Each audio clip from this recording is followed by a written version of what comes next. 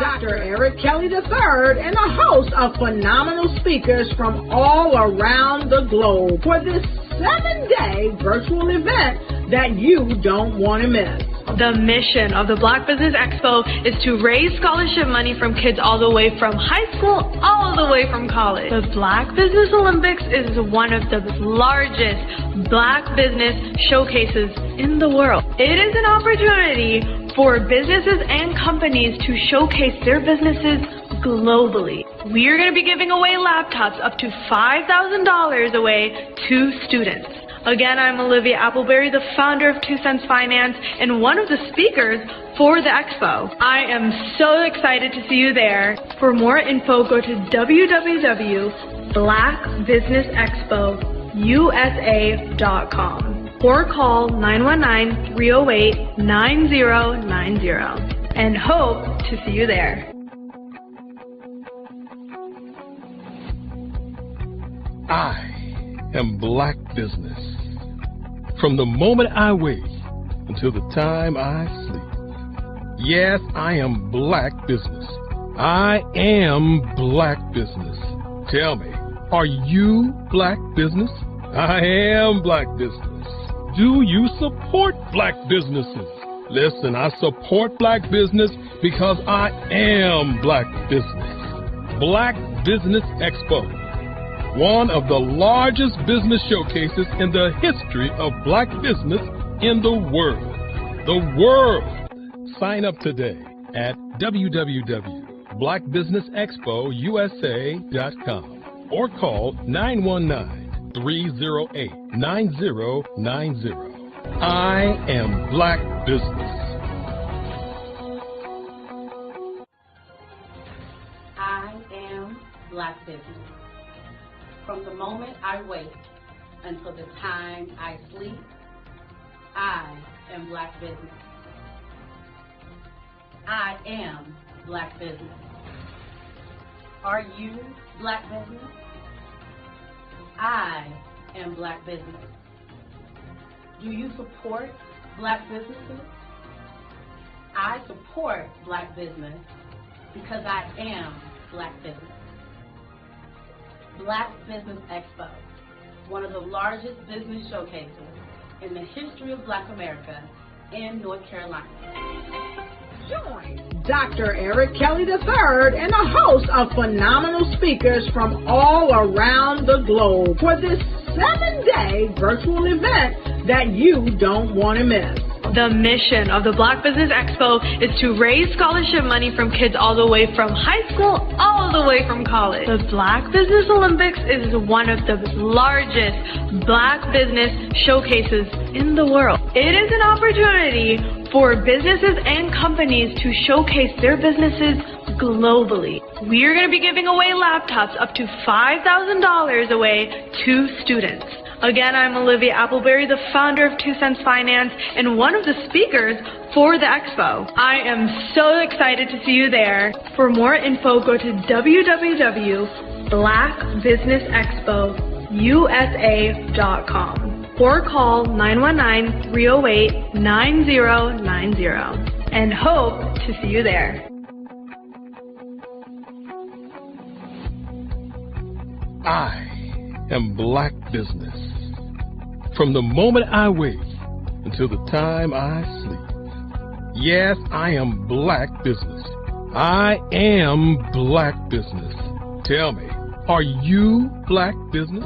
Black Business Expo, one of the largest business showcases in the history of Black business in the world.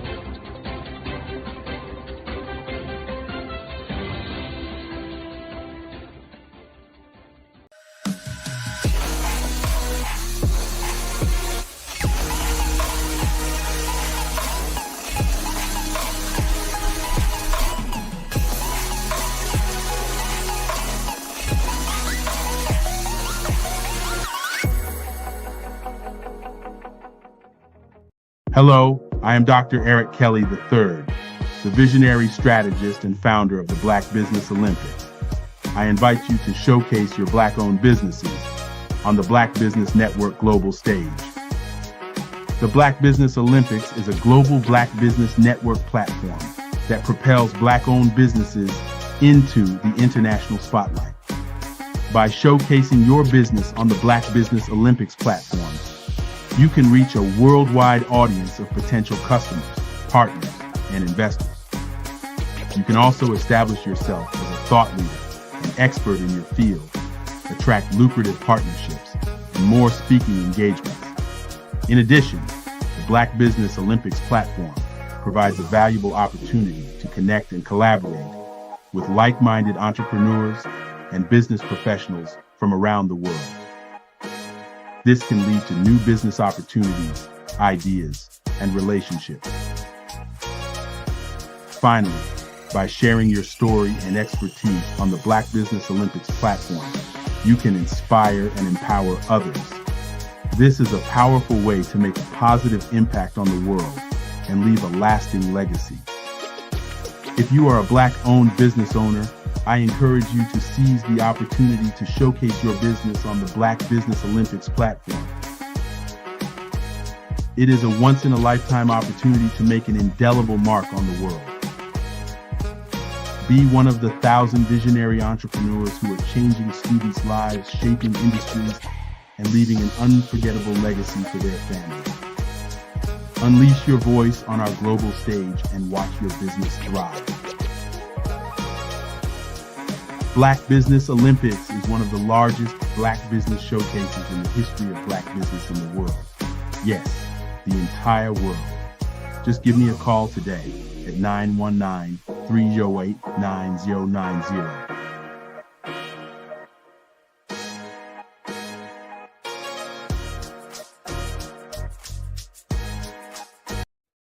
Hey everyone, it's Grant McGaw, CEO of 5-Star BDM and host of the award-winning Follow the Brand podcast and TV series, where I help you to build a 5-star brand that people will follow.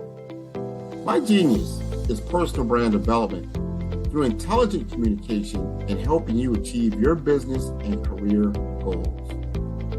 I am a requested speaker on digital technology and brand development issues. I want to work with you to increase the value of your current opportunities while attracting new ones. Every one of you is unique, and we all share challenges that can be addressed through smart branding. As a super connector, I work with you as an executive coach to guide you along the complicated business and career development road, providing the enhancement tools and information you need to succeed. Together, I will help you succeed in today's challenging business climate. I will evaluate and measure your progress. Best of all, I am right alongside you every step of the way. Build the brand called you. Genius is coming.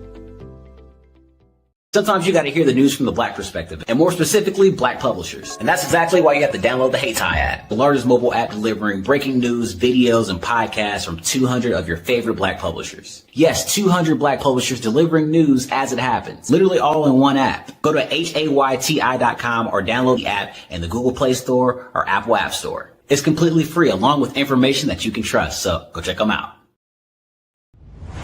Social media is evolving. It's more vibrant, more colorful, more energetic, and so are you. It's not just photos anymore. It's video, it's audio, it's subscriptions. And now there's Fanbase, a new monetized social network. Fanbase delivers the complete native app experience with full content monetization for every user. No algorithms that shadow ban your engagement or growth, and no ads. Follow anyone for free and subscribe directly to your favorite creators for $4.99 a month. Plus, show some love by tipping on any post. Also, make a Fanbase page and monetize your content the same way.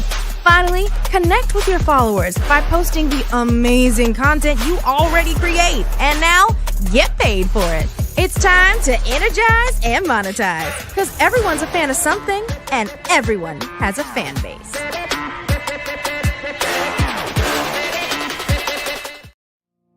Did you know that approximately 333.34 million businesses exist today, according to a report from 2021? And you may be one of those businesses, or maybe you're not in the business market yet, but you're aspiring to be a business owner.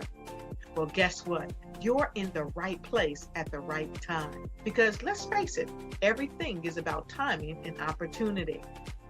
Hi, my name is Dr. Lotus Richey, and I'm the CEO and founder of the Lotus Richey Coaching and Consulting LLC, along with the Lotus Richey Ignite Show.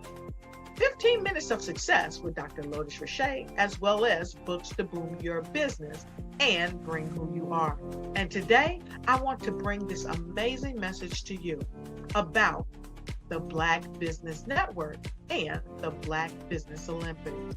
See, the Black Business Network and the Black Business Olympics is designed to help people just like you, that's right, that look like me, to take their business to the next level.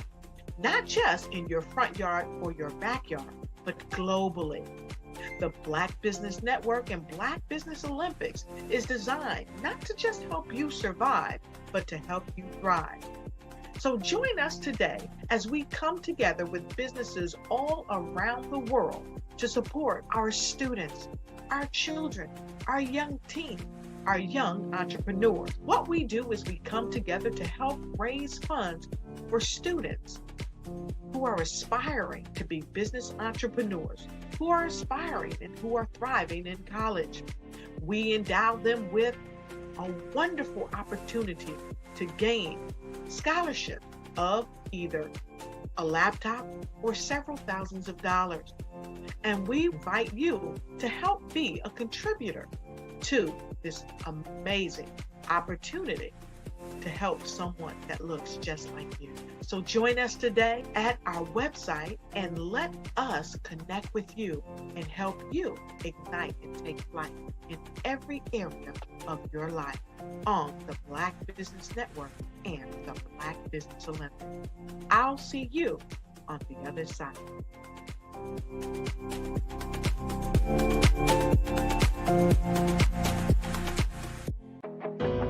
I am Black Business. From the moment I wake until the time I sleep, I am Black Business. I am Black Business. Are you Black Business? I am Black Business. Do you support Black businesses? I support Black Business because I am Black Business. Black Business Expo, one of the largest business showcases in the history of Black business in the world. Sign up today at www.blackbusinessexpousa.com or call 919-308-9090. I am Black Business. Are you a forward-thinking entrepreneur or business owner? The world is changing faster than ever, and it's time to pivot and adapt to the future. Hello LLC is here to help you do just that. Hello stands for helping enterprises leverage leading-edge optimizations. Our innovative solutions can streamline operations, reduce overhead costs, and give you a competitive edge in a market projected to reach $5 trillion by 2030. By pivoting to the metaverse, businesses can tap into a rapidly growing market that is projected to be a significant part of daily life for 25% of Americans by 2026. As a full digital metaverse agency, the Hello LLC can help you create custom solutions to streamline operations, increase productivity, reduce costs, and drive brand recognition. Why should you pivot to the metaverse with the Hello LLC?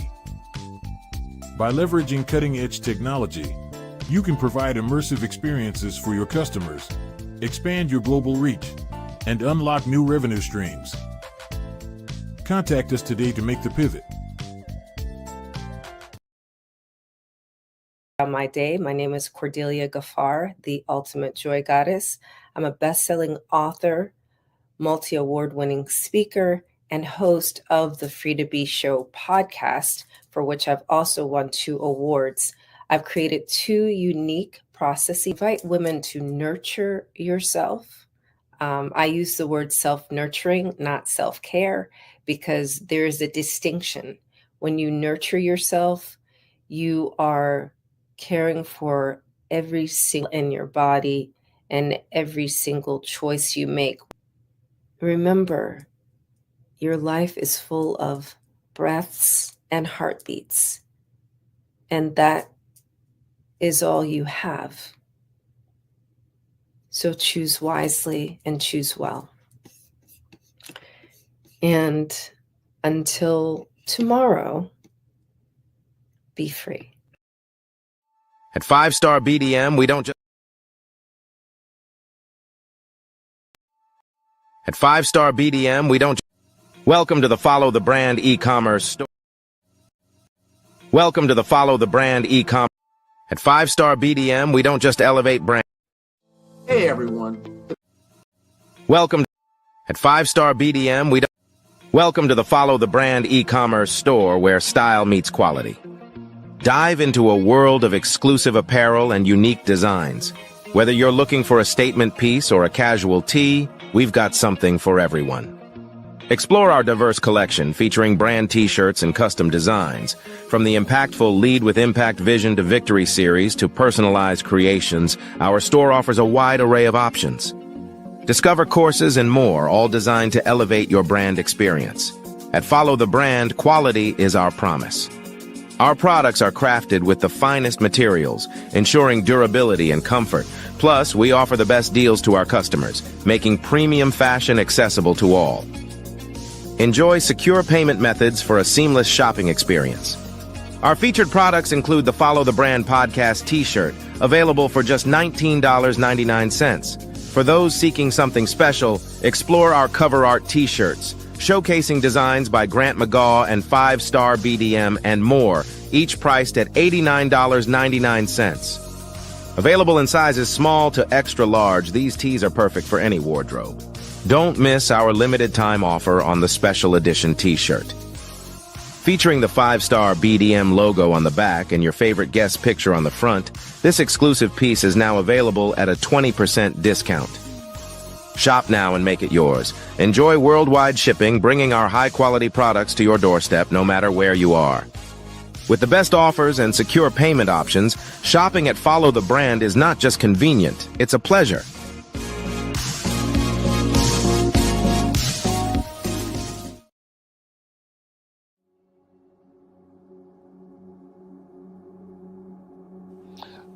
I was born and raised in southeastern West Virginia, the coal fields. My father was an AME minister.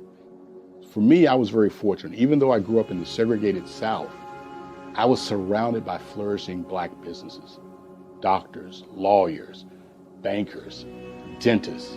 They were all there and they were all successful. And I guess that's part of my dream, is to see that success come back. My name is Joseph Simmons, and I am the founder of the Center for Micro-Entrepreneurial Training. We have this moment in time where we can change the trajectory of people. And our focus is on women, Black and brown entrepreneurs, and their access to capital, their ability to build thriving businesses, the ability to employ people. There's a study that showed that in those three communities, especially Black and brown communities, $1 stays in those communities for 30 minutes. In white community, $1 stays in their communities for 8 hours. So think about it. For you in a Black or brown community to get gas, to get food, to go to a restaurant, you've got to leave your community, take those dollars out of that community and take it to another community that's already being well served. So if we can reverse that, if we can go from 30 minutes to an hour to 2 hours, that's progress. That's what we need to do. I was with SCORE. And then in May of 2020, of course, the events happened in regards to the murder of George Floyd. The other thing that I was experiencing was the denials of federal funds for small businesses. And it revolved around one thing. These businesses were not being prepared for grants and for government programs. And I came up with the idea for the Center for Micro-Entrepreneurial based off those two things. Morgan Stanley had a report out in 2020, first quarter, and it talked about there were three groups that were massively devastated by COVID-19 on their business. That was 1, women, number 2, Black, and number 3, brown entrepreneurs. The research showed that they had less cash on hand, they had less opportunity to go into a bank and get money, and they were very dependent on family and friends to keep their business up and running. If we can focus on those 3 groups, then we can have a dramatic impact on our communities. Really, the focus is on 3 areas. And those 3 areas are 1, the people, number 2, the courses, and number 3, a support network. Here at CMAT, we will provide you with the fundamentals for generational success. And you will be creating a vibrant community by attending our 5-day immersive training course.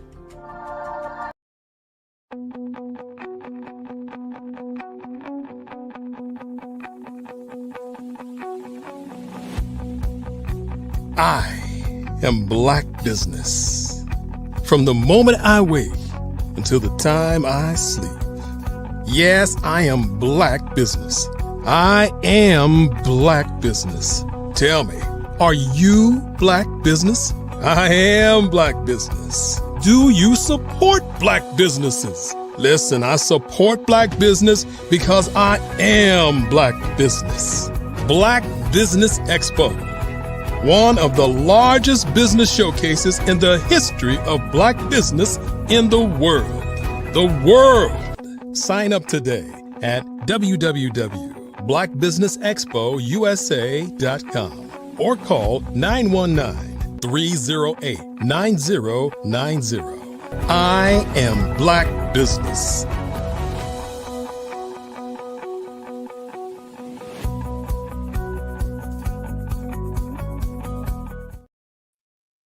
Good morning, good morning, good morning, entrepreneurs, thought leaders, entrepreneurs, and corporations. Welcome to the Black Business Network.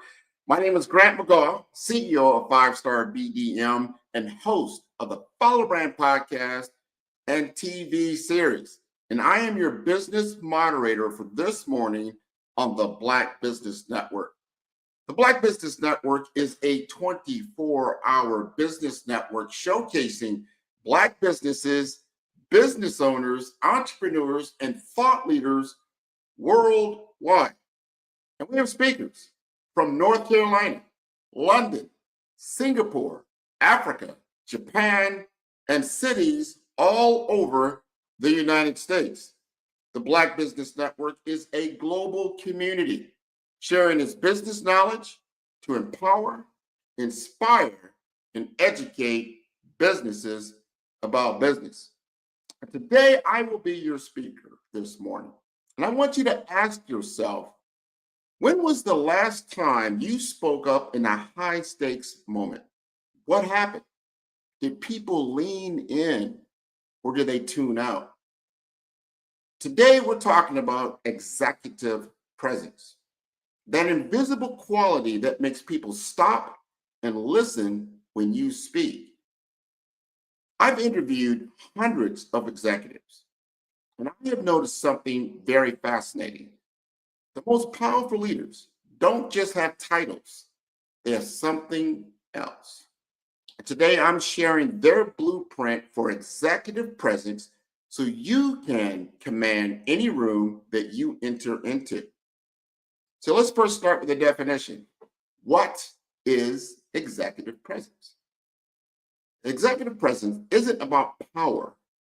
It is about trust, confidence, and communication. And here's the good news. You don't need a C-suite title to build it, such as Dr. Kimberly Long, CEO of California Nurse Leaders. She told me something that changed my whole perspective. She said, the moment you try to prove your power is the moment you lose it. Now, let me give you an example. During a high-stakes hospital merger, emotions were running high in the boardroom. And instead of raising her voice, Dr. Long did something surprising. She lowered her voice. She spoke slower than usual. And within minutes, the room leaned in to listen. This is the power of controlled communication. When you slow down and lower your voice, people instinctively focus on you. So here's an action step. In your next 3 meetings, speak 10% slower and 20% quieter when making key points, and watch what happens. But what if you don't have authority yet? Can you still build presence? Absolutely. Let me tell you about Denzel Ross. Today, Denzel is the president of Indiana University Health South Central, but 6 years ago, he was an IT specialist, stuck in middle management. And here's what he did differently. He identified pain points nobody was addressing, not just tech issues, but communication gaps. He documented everything, not just the wins, but lessons learned. And he mastered the 2-minute summary, because leaders don't have time for long explanations. But here's the game changer. After every project, he sent recognition emails highlighting his team's contributions. He became known as someone who lifted others up, and people wanted to work with him. That's how you build allies, even before you have authority. So what separates great leaders from the rest? Patrick Green, CEO of University of Florida Health Jacksonville, told me about his communication matrix. Imagine you are in a room with a chief financial officer, a nurse, and a corporate board member. Can you explain one idea in a way that speaks to all 3 of them? Patrick uses a 3-step formula. 1, you start with impact. Why should they care? 2, follow with insight. What's the key takeaway? And 3, end with action. What happens next? Instead of saying, we need to upgrade our systems, he says, we can save 50 lives this year by investing in this technology, and here's how. That's executive presence, the ability to translate complexity into clarity. So let's talk about the 3 common mistakes and how we can fix them. Now, mistake number 1 is reactivity in tough moments. And the fix here is just take a slow sip of water before responding. This forces you to pause and regain control. And number 2, over-explaining. What's the fix here? You understand, instead of defending every detail, say, here's the headline first. I can dive deeper if you would like. And mistake number 3 is imposter syndrome. Even Dr. Long still gets nervous before board meetings. But instead of doubting herself, she prepares more thoroughly. And that nervousness we all get in the center of our stomach, it's not your enemy, it's your energy. You use it. Trust is the currency of leadership, and communication is how you build or break it. And Patrick Green, he has translated complex medical data into simple, powerful insights. Again, instead of saying we need to improve patient outcomes, he says this initiative will reduce readmissions by 18%, saving $2 million annually, and here's how. Now, let me share a rising leader story. Maya Chen, who is an analytics manager, she transformed her career using the 3-minute data story. And that is 1 clear statement, 1 key trend, and 1 recommended action. Now her whole department uses the same format. So what is your key action step? In your next presentation, use Maya's formula, which is insight, trend, action. This is going to help you to balance authority and make you more approachable in your meetings. And this is one of the biggest challenge for leaders, especially introverts. And we have a simple framework around that as well. You want to set boundaries, but with warmth. Instead of saying, I don't have time for this, say, I'd love to help. Let's schedule time tomorrow at 2 p.m. Show vulnerability with purpose. Instead of saying, I have all the answers, say, I've struggled with this too. Here's what worked for me. The goal isn't to be everyone's friend, but it is to be everyone's ally. Influence isn't about position. It's about adding value before anyone asks for it. And then one of the best strategies is the preview principle. Now, for individual contributors, you want to share project updates early. You want to ask for input before decisions are final.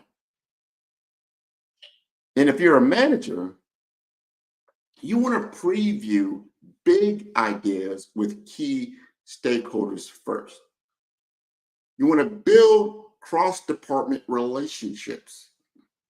And why does this work? Because people support what they help create. Remember that. And the ultimate test of executive presence is your impact. Your impact continues when you're not in the room. And for early career professionals, remember this. You want to get your ideas to get quoted in meetings. And if you're mid-career leaders, you want your approaches to become team standards. And if you're a senior leader, you want your values to shape the company culture. And you don't need a title to start building executive presence. You can start today, right now, in your next meeting, with your next decision, through your next conversation. And I want you to remember these things that I've shared. Executive presence isn't about, but it is about progression. And I want you to choose some of these techniques. I want you to practice it for at least 30 days. That way it becomes a part of you. You want to see what documents that work for you or which way to present that's going to actually elevate you, and share your story. Go ahead and share your story with me. Send me an email. Send me an email at grant.mcgaw@5starbdm. Your presence isn't built in a day, but it's built every day if you know how to start. So I've given you some very actionable tips, things that will help you to move the needle forward. In my own experience, I've been in executive meetings for over 25 years talking about major investments in technology. When you have deals on the table that are 6 and 7 figures, it is not just one person's decision usually. It's going to be a committee. And you've got to know how to talk to everyone's concerns, everyone's ideas, everyone's way of looking at things and how it's going to impact them. And I have found a lot of times in a sales process, and if you're an entrepreneur, like a lot of you are here listening to me, is that it's not about your product or service that's most important on the table. It is about how you enable the key stakeholders to move their agenda forward. And if you can begin to craft your communication in a way that actually mirrors that understanding, that actually speaks directly to that, it's an enablement of the strategy, an enablement of the initiative. You get what they call gravitas. They gravitate to you. They understand you because you are helping them to achieve the goal they have set out to accomplish, whether it's within the quarter, within the year, the next 3 years. And you need to ask that important question. If you don't know, make sure you ask, what is your vision for your particular team, your department, your company, your enterprise? You need to understand that first is what is the goal. Then you can have presence when you speak to that particular goal and how you're enabling them to achieve it in the future with your particular product and service. How many times have you been in a meeting, presentation? And I'll tell you, maybe 90 of 100 start like this. When they start out, everybody sits down, there's a little meet and greet, little interaction, introductions, but then the PowerPoint slide will come up. And the first thing they start telling you is the company story. The company story. Who's interested at that time, if you're a key stakeholder, you're the chief nursing officer, the chief legal officer, the chief financial officer, the CEO, the board of directors of a major corporation, or just a small business unit, whatever it may be, the first thing you start talking about is you. They're not interested in you at that point. They might be a little interested because you're in the room, but that's not why they're there. They're there to accomplish their goal. They're there to find out if you can help them to accomplish that. So why start with your company story? Start with theirs. Does that make sense? Start with their story. So demonstrate that you understand their current state. Demonstrate that you understand their competitive landscape. You understand the challenge that they are facing right now and have data to back it up. Everything I talked about earlier starts coming into play as you slow down and you begin to articulate the vision for them. You first help them to understand that you understand where they sit and the problem that they face. Here's your Mount Everest. You are at the foothill of this mountain. And I am here to help you to scale this particular mountain and reach your goal or even exceed it. The next point is you demonstrate or you narrate how you've done it before for someone else. It's one thing to say, I can take you to the moon and back. But if you say, I took an entire team of individuals from XYZ company who was doing only $100,000 in business to over $10 million within 5 to 6 years of continuous work with me in my business, and that's how we achieved 100,000% of increase. They'll be like, I don't know how you did that. That's just a fictitious statement. However, when you're in a room of this gravitas, you need to bring real data, real success stories, real case studies. Talk about them at that point, right? So we're now into like almost the middle of the conversation. Typically, we start talking about the company, but it's not so much how many employees you have, how many years you've been in business. They don't care about that. It's nice to know. At some point, they can do the research. Anybody can Google that and find that stuff out. Speak to the elephant in the room. What they really want to know is, can you solve this problem? Can you demonstrate that you've done it before? And are you capable of doing it for us? And how you would then detail out a strategy that is going to blueprint your success story for them. Executive presence. Because then you establish trust. Trust is just not given. Trust is earned. And you earn trust. One thing I've learned in business, small wins, small, quick wins. Small, quick wins will get you to the next level. You don't always have to have a home run right out the bat because it's not always possible. But if I can get you to first base, I can get you a hit, and I'm there at first base, and I'm poised to get to second base. People are like, you know what? I'll invest a little bit in that. I think I'll put a bet on that. He gets to second base.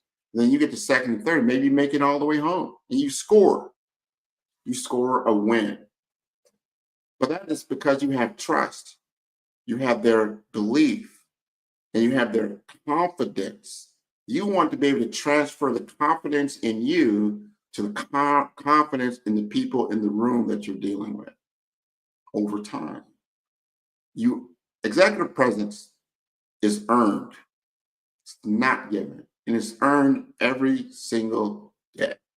Someone said, success is earned every day and the rent is due every single day, right? What have you done for me lately?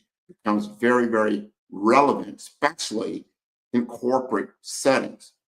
Do your research on corporate executives, and you'll find the average tenure is 3 to 5 years.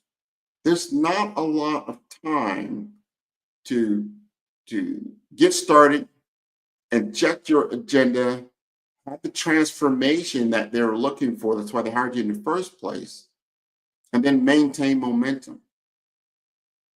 It's hard to do. So when you get into a room that you're able to affect change and you're able to bring their vision to life, understand that they have a short window. They might have a lot of money. They don't have a lot of time. If you can speak to that component of time and then money, you get them to listen to you. Then now they're paying attention, because if you can meet their timeline and deliver financial value, they're going to listen to you. If you can then deliver cultural value of what they want to accomplish with their internal teams, they're going to listen to you, right? And you can demonstrate that success and that you've got a track record of that kind of success over and over again, they're going to listen to you. That is called brand building. That's brand ethics. That's brand equity. You have built this up. It's the same in executive presence. You begin to have an executive presence in the form of brand equity of yourself. As you walk into that room, and then you have immediate gravitas, right? I always use sports analogies a lot, because if you're last year's Super Bowl winner, guess what? Every game that you go into that next season, they always mention that. Well, they won the Super Bowl last year, or they won the Super Bowl 2 times in a row, like the current, or even they potentially can win it 3 times in a row. That's gravitas, right? That is a historical history of success that you constantly bring to the table. So you got to look at yourself. What Super Bowls have you won in your life? What are your signature accomplishments that you have that you can lead with, that people can then discover about you? It's very evident. This is why I always lead with personal branding and business development, because personal branding tells the story ahead of you. If you look me up right now, like, who's this guy? What's he talking? Grant McGaw. Put it in your Google search. I pretty much know exactly what it's going to tell you. It's going to tell you exactly what I told Google to tell everybody about me. And I will tell you about, these different awards you see behind me, how they were earned, how I got them. So when I then walk into the room, I already have a certain amount of executive presence. I now just have to make it real. Like, wow, he's as good as the trailer. That's why Hollywood always puts out a trailer, right? And then you go see the movie, like, wow, it's either, and you kind of judge it based on that, right? Like, was that as good as the trailer, or was that better? So, oh my God, that was better. Sometimes the trailer's like, nah, the movie didn't deliver. No. But sometimes it's just a blockbuster, right? It's just way more. You want to be the blockbuster. You use your personal brand, your digital presence to be the video trailer for you going into any meeting. And then when you get to that meeting, you blow it out the water. You come with all the data, you come with the statistics, you know the trends, you know the topics, you know that company and those individuals better than they know themselves. You will have confidence. You will have a tone of confidence. You will have embedded gravitas. When you leave that meeting, this is the other half of personal branding. This is the before I just talked about, when they kind of look you up, do some search, they do some social, they find out a little bit about you. That's the video trailer. Now you've delivered the movie. Then what happens after you deliver the movie? Everybody knows this, right? You get a review. You get your 5-star review, and they will have their opinion. Man, has that blown up in the last 5-10 years, where on social media, if people have a bad experience and they blow you up and they tell the whole world, their whole network, how good or bad this experience was, and how companies and brands are paying attention to that. Like, oh, well, we can't have that negative press going out there. You know, you've got to understand your public relations and the perception you have in the court of public opinion. So you need to control the review. So when you leave the room, your brand stays. And when those executives and those key stakeholders and those decision makers begin to talk about the proposal that you've laid on the table, you want to be able to understand exactly pretty much what's in that thought process, what the feelings are, right? You want to know you already know what their concerns will potentially be, and they're going to begin talking about that, right? So you don't want them to go like, yeah, they didn't understand exactly. We're trying to achieve X in X amount of time, but they were way over here on Y. You don't want that, right? A lot of times deals fail not on price. I'm going to say that again. Most of the time, deals fail not on price. They fail on misalignment of value. Deals fail on misalignment of values. And if you have not addressed the values of your key stakeholders, the people that will adopt your product or service that you are presenting, you will lose. I think there's a stat out there now that it's probably higher than this, 50% of most deals fail because of status quo. Many people just don't make a decision at all. They just stay what they have. There's not a much of a compelling return on investment for them to say, you know what, I'm going to go ahead and purchase that or buy this, take a risk here. They may not, right? Status quo, you need to speak to that. Sometimes, a lot of times in corporate America or in the corporate world or just business to business transactions, that the business or the seller is more concerned with values that are not in the value of the mind of the buyer. That misalignment is very, very real. You're trying to compel someone to do something that they don't find valuable. You got to first understand, is that truly valuable to them? And once you have discerned that, and it's truly valuable, that it's not as I say, a vitamin for them. Like, that's a nice to have, that's good to have, but it's actually a pain that they have. It's a painkiller. Now, let me tell you something. This just happened in the world of artificial intelligence, right?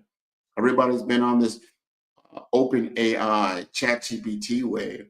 And then you had Bard that came out. You had Gemini that came out. You have Claude that came out. You have Grok, right, that's out there. And then the Chinese upstart, 2 years old, comes out with DeepSeek. It changes the whole value chain of what's real and what can happen.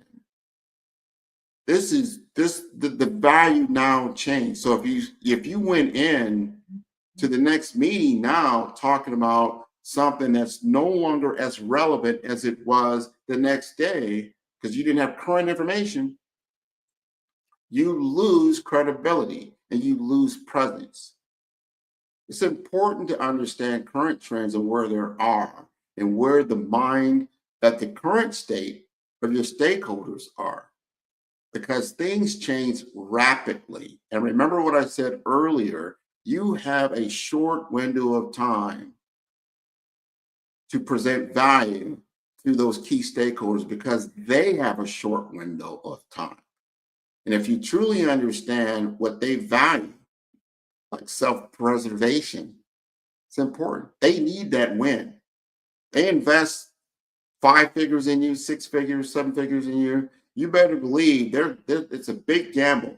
They want to know every step of the way that you are developing or delivering that particular scope of return that they bought into. So I wanted you to understand this about executive president, because at the end of the day, it's about business performance.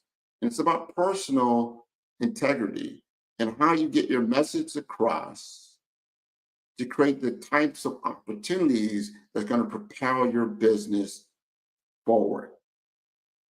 So understanding those key ways of communication that's so important. Understanding your body language and how people are perceiving you, right? And what you're projecting. They say, I think it's something like 50 or even more % of what a person really hears is nonverbal. Confidence is visible. Most people don't realize that, right? So if you feel uncertain, whether you say it, I'm uncertain about this, it's just the way you look about it, the way your mannerisms are portraying it.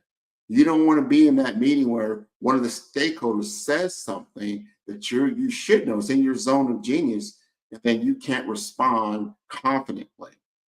This starts to get into that world of imposter syndrome. Like, oh my God, they've discovered that I'm an imposter, right? You want to mitigate that as much as possible. People told me this so much, and this is why I get confident about speaking. I can even speak impromptu on certain things. It's because, let's just say you had an hour to speak. If you have 1 hour to speak, that means you have about 1,000 hours of content that you can speak about. If you had to speak for 1 hour in your particular zone of genius, in my world is personal branding and business development, I have at least over 1,000 hours of content that I can speak to. But in my case, in that particular world, I have over 50,000 hours of experience that I can speak to. My entire repertoire of 25 years of business development since the 2000s comes into play. It's my whole playbook, right? It's not a lot someone's going to bring into a discussion that I may not know about. It might not have to be the latest and greatest, but I can speak to everything underneath that, right? Speak to everything, what the implications can be in the future, because I've seen it. You know, what things they start out as new, they go through a life cycle, they go through a hype cycle, and then they go through a cycle where they're no longer relevant, right? Think of metaverse, right? Still a great product, really. Maybe before its time, but it'll get there, right? But being able to speak to your zone of genius with your entire self and your entire experience. You don't speak about things just from, I just read this on the internet, so I've got maybe 10, 30 minutes of talk time, and I'm going to deliver a speech on it. Speak from in my case, my 50,000 hours of experience. That is what I do. That's what I want to continue to do. And I want to bring value to you. And I want to thank you for having me on the Black Business Expo this morning. And I want to remind everybody the mission of the Black Business Expo, which is to raise funds for high school seniors going to college or K through 12 entrepreneurs. And this expo is a fundraiser for students. And you may go to www.blackbusinessexpousa.com to donate to the scholarship fund, or use the Cash App that is on the screen below. That is $BBXUSA. And our goal is to give laptops and up to $5,000 to 10 students. And students, you can register online at www.blackbusinessexpousa.com. Every dollar counts. So we want to remind you to donate to the scholarship fund.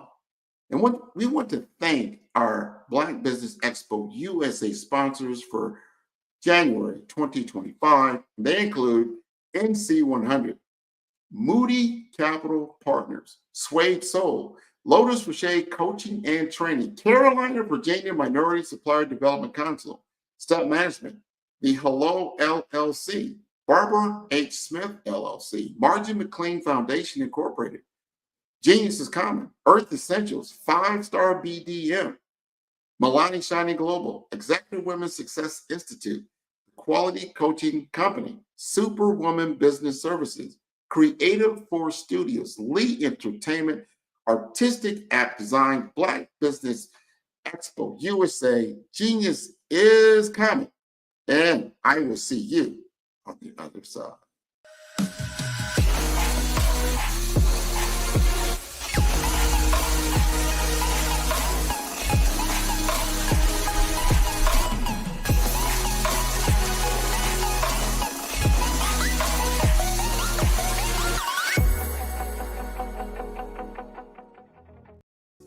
Follow the Brand TV broadcast host, Grant McGaw, as he visits with top executives and entrepreneurs to find out their secrets of success with their personal brand.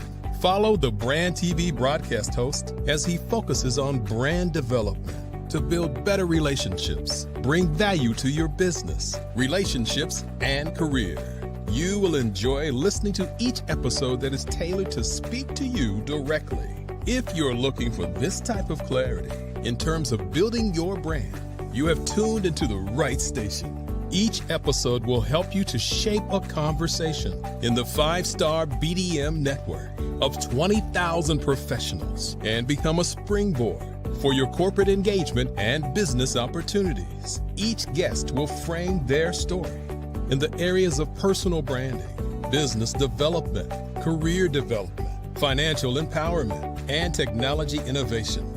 Grant McGaw explains why he is the CEO and owner of his own professional career. Grant is an accomplished business leader and entrepreneur who wants to give back to individuals to grow their personal brand strategy. Tune in as he weaves his story about new possibilities, while to you exceed expectations. If you love storytelling, this show will make for fun. Every speaker has a moment where their words can spark inspiration, drive change, and transform lives. But what happens after the applause fades? With 5-Star BDM, your voice doesn't have to fade. We transform your live session into a professional ebook. Imagine your session becoming a permanent, interactive asset, reaching new audiences across the globe. Like Grant McGaw and Dr. Eric Kelly III, whose session on the Mindset Revolution continues to inspire thousands through their custom ebook. Your ideas can become a lasting impact. Turn your session into an ebook that not only tells your story, but expands your reach, builds your brand, and engages your audience. With embedded videos, custom graphics, and a stunning flipbook or PDF format, your message will inspire long after the event is over. And for a limited time only during the Black Business Olympics, get your custom ebook today.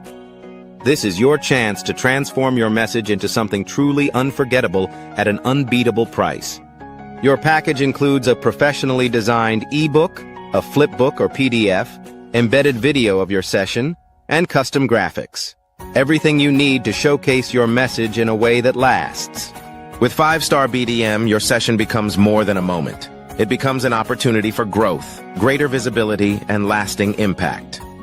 See your influence multiply as your message reaches new clients, partnerships, and platforms. Ready to turn your ideas into a global movement? Visit 5starbdm.com to secure your custom ebook today. Your audience is ready to listen.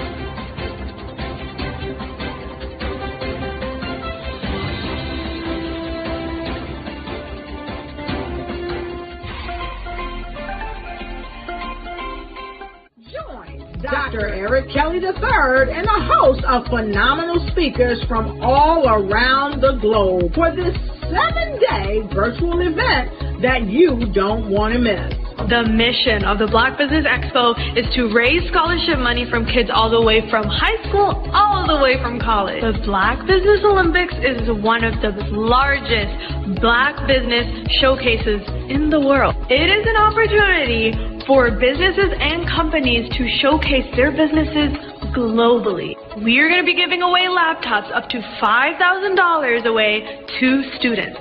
Again, I'm Olivia Appleberry, the founder of 2 Cents Finance and one of the speakers for the expo. I am so excited to see you there. For more info, go to www.blackbusinessexpousa.com or call 919-308-9090 and hope to see you there.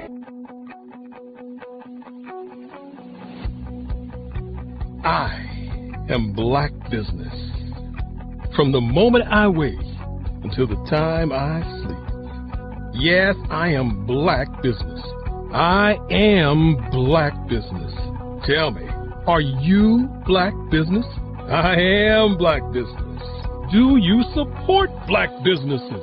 Listen, I support Black business because I am Black Business. Black Business Expo, one of the largest business showcases in the history of Black business in the world. The world!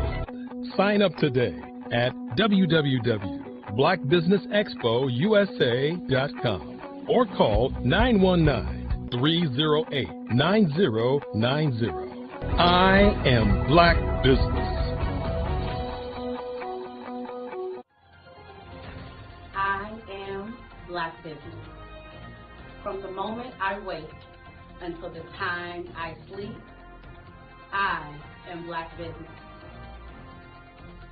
I am Black Business. Are you Black Business? I am Black Business. Do you support Black businesses? I support Black business because I am Black Business. Black Business Expo, one of the largest business showcases in the history of Black America in North Carolina. Join Dr. Eric Kelly III and a host of phenomenal speakers from all around the globe for this 7-day virtual event that you don't want to miss.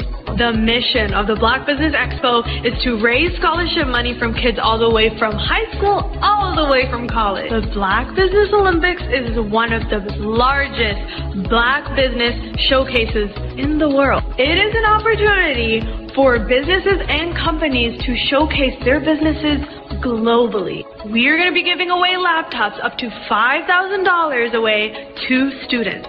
Again, I'm Olivia Appleberry, the founder of 2 Cents Finance and one of the speakers for the expo. I am so excited to see you there. For more info, go to www.blackbusinessexpousa.com or call 919-308-9090 and hope to see you there.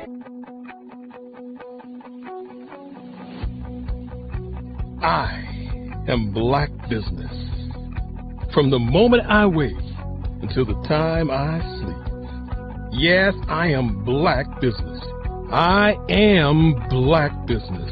Tell me, are you Black Business?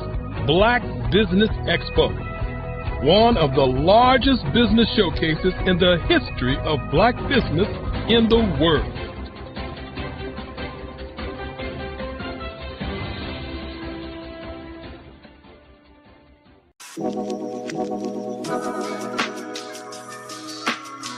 The African company and the African CEO is making a conscious decision to bring on someone external to the continent versus bringing on someone who is from Ghana or Kenya or South Africa.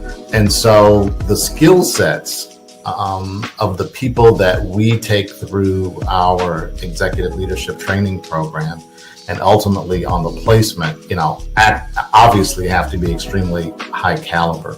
So what we look for are corporate executives at the vice president to C-suite level, as well as Black entrepreneurs. When we look at the Black corporate executives, we're looking for some very specific skill sets, whether that be around supply chain, sales and marketing, engineering, product development. We want our folks to be able to add immediate value to the corporate board, right? And the other thing is, even if they don't necessarily have specific industry experience, they're bringing a diversity of thought.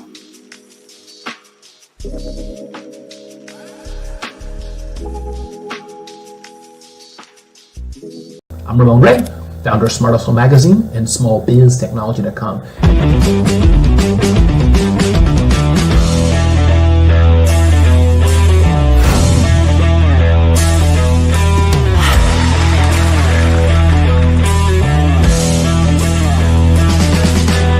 You're here today to celebrate small business success. Stand up on your feet.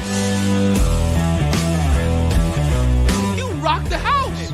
It was amazing. Didn't we learn? For me, success comes from failure. One thing not to do is shake somebody's hand like this.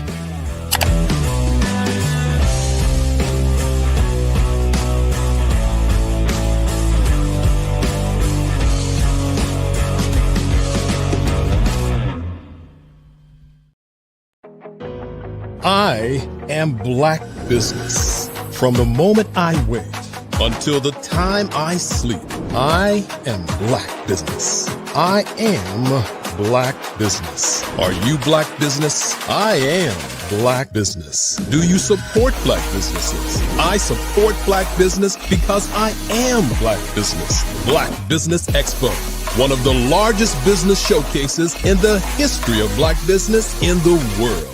Sign up today at www.blackbusinessexpousa.com or call 919-308-9090. I am Black Business. Why do I do what I do?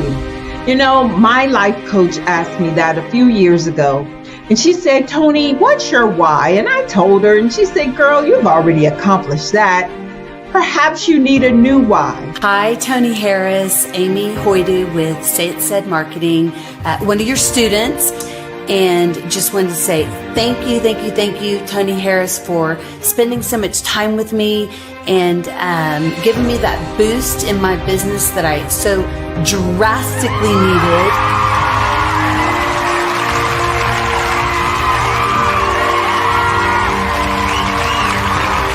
My why is to touch, move, and inspire my clients to take drastic steps to be better than they were before they met me. I'm a resource. I'm a connector. I want to help people build deeper relationships that are beneficial to their life and business. That's what I do best. So, first thing you got to do is show up. And speaking is a way to magnetically attract your ideal client to you. How many of you use social media that way? Absolutely, and this is how you look to the world. Drastic steps are the steps that are needed to be successful. And my business is drastic denotes a mindset. Getting out of your comfort zone. Doing something that you don't necessarily feel comfortable doing, want to do, but you know it's a necessary step to be successful in your business.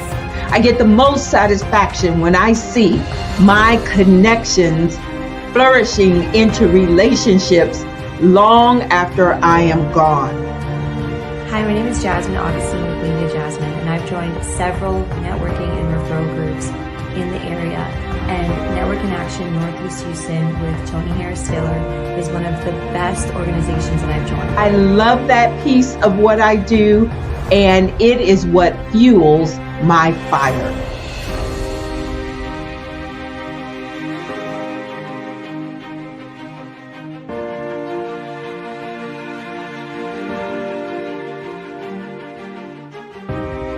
My name is Tony Harris Taylor, saying take a drastic step today for a fantastic tomorrow.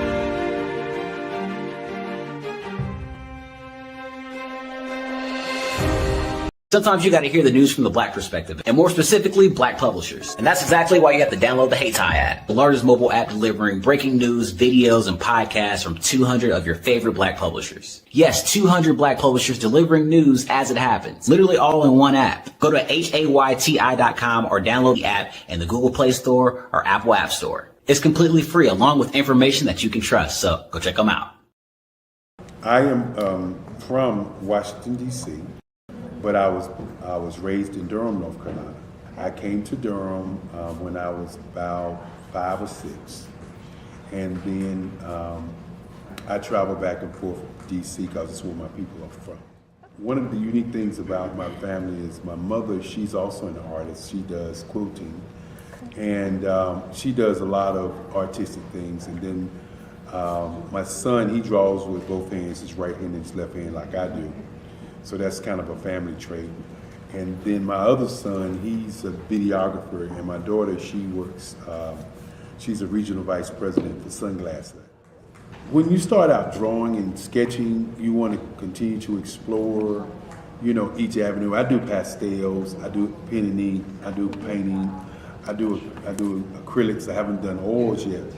But I try to do all facets of art. What I say to a lot of times to people is, you can't put yourself in a box when you're an artist. You have to explore. And over the course of my life, I've tried to explore different mediums. I also do sculpture as well. I choose my subjects by the intensity that they have in their faces, or the intensity that somebody is moving, because I do more than portrait drawings. I also do I do abstract, and then I do figurative drawing also. Well, what happened in this particular show is that I started out trying to come up with something that would be a little bit different than what everybody else is doing. So I was working on a Barack Obama show, and they wanted me to do some paintings of Barack. And so what I did was, because of the deadlines, I kind of did it kind of fast. And then I realized when I was doing it fast, I enjoyed it. And so then I started doing other pieces the same way, and I started to enjoy those pieces also. And so I came up with this particular style, and it's a style of lines and colors. And what's interesting is that when I was in college, I did a show called Lines, Colors, and I talked about the boldness of the blacks, the hotness of the whites, and this is how this has come about, later on in my life. And the colors comes from a lot of the entertainers that I work with, where they wear different colors. They don't wear, your plain reds or your whites. They wear different colors, and so that's also another piece of what's giving me the colors.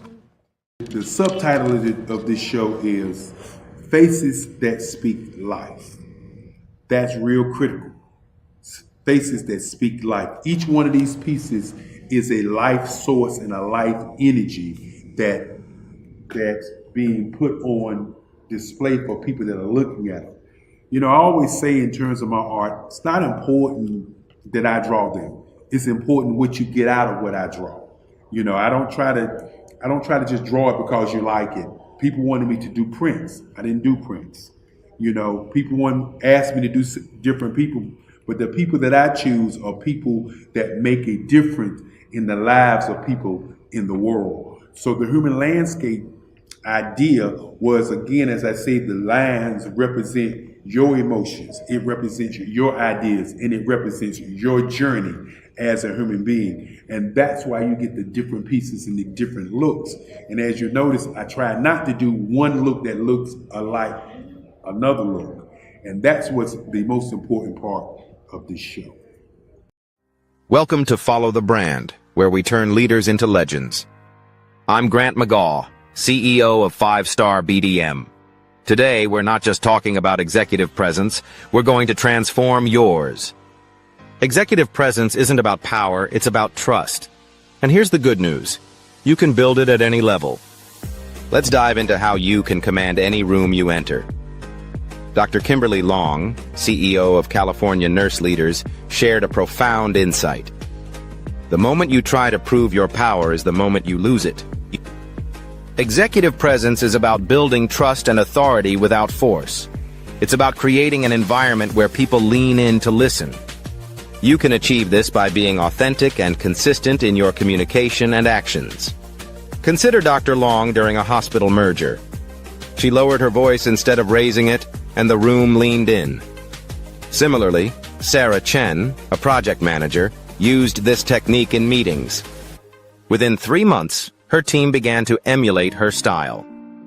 Denzel Ross, now president of IU Health South Central, built his presence by identifying communication gaps and lifting others up.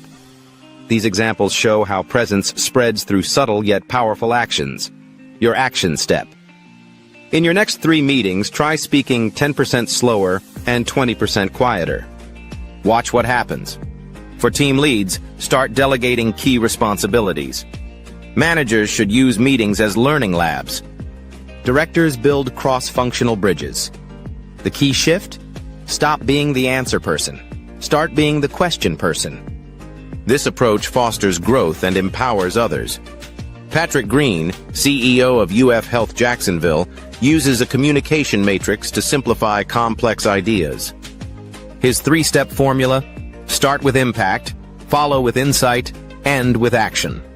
For example, instead of saying, "We need to upgrade our systems," he says, "We can save 50 lives this year by investing in this technology. Here's how." This clarity builds influence and trust.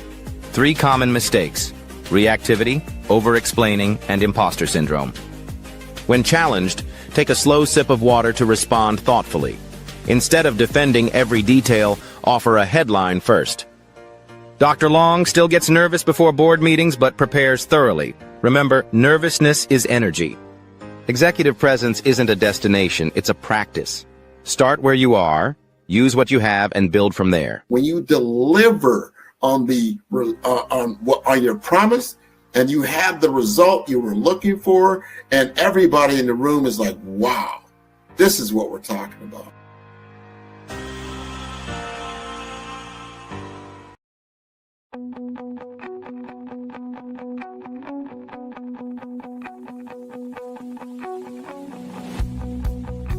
I am Black Business.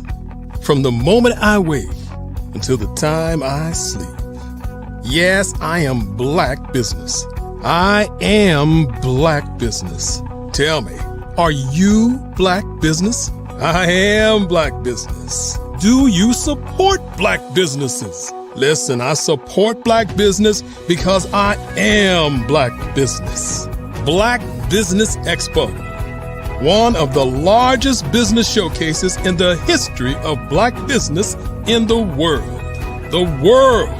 Sign up today at www.blackbusinessexpousa.com or call 919-308-9090. I am Black Business.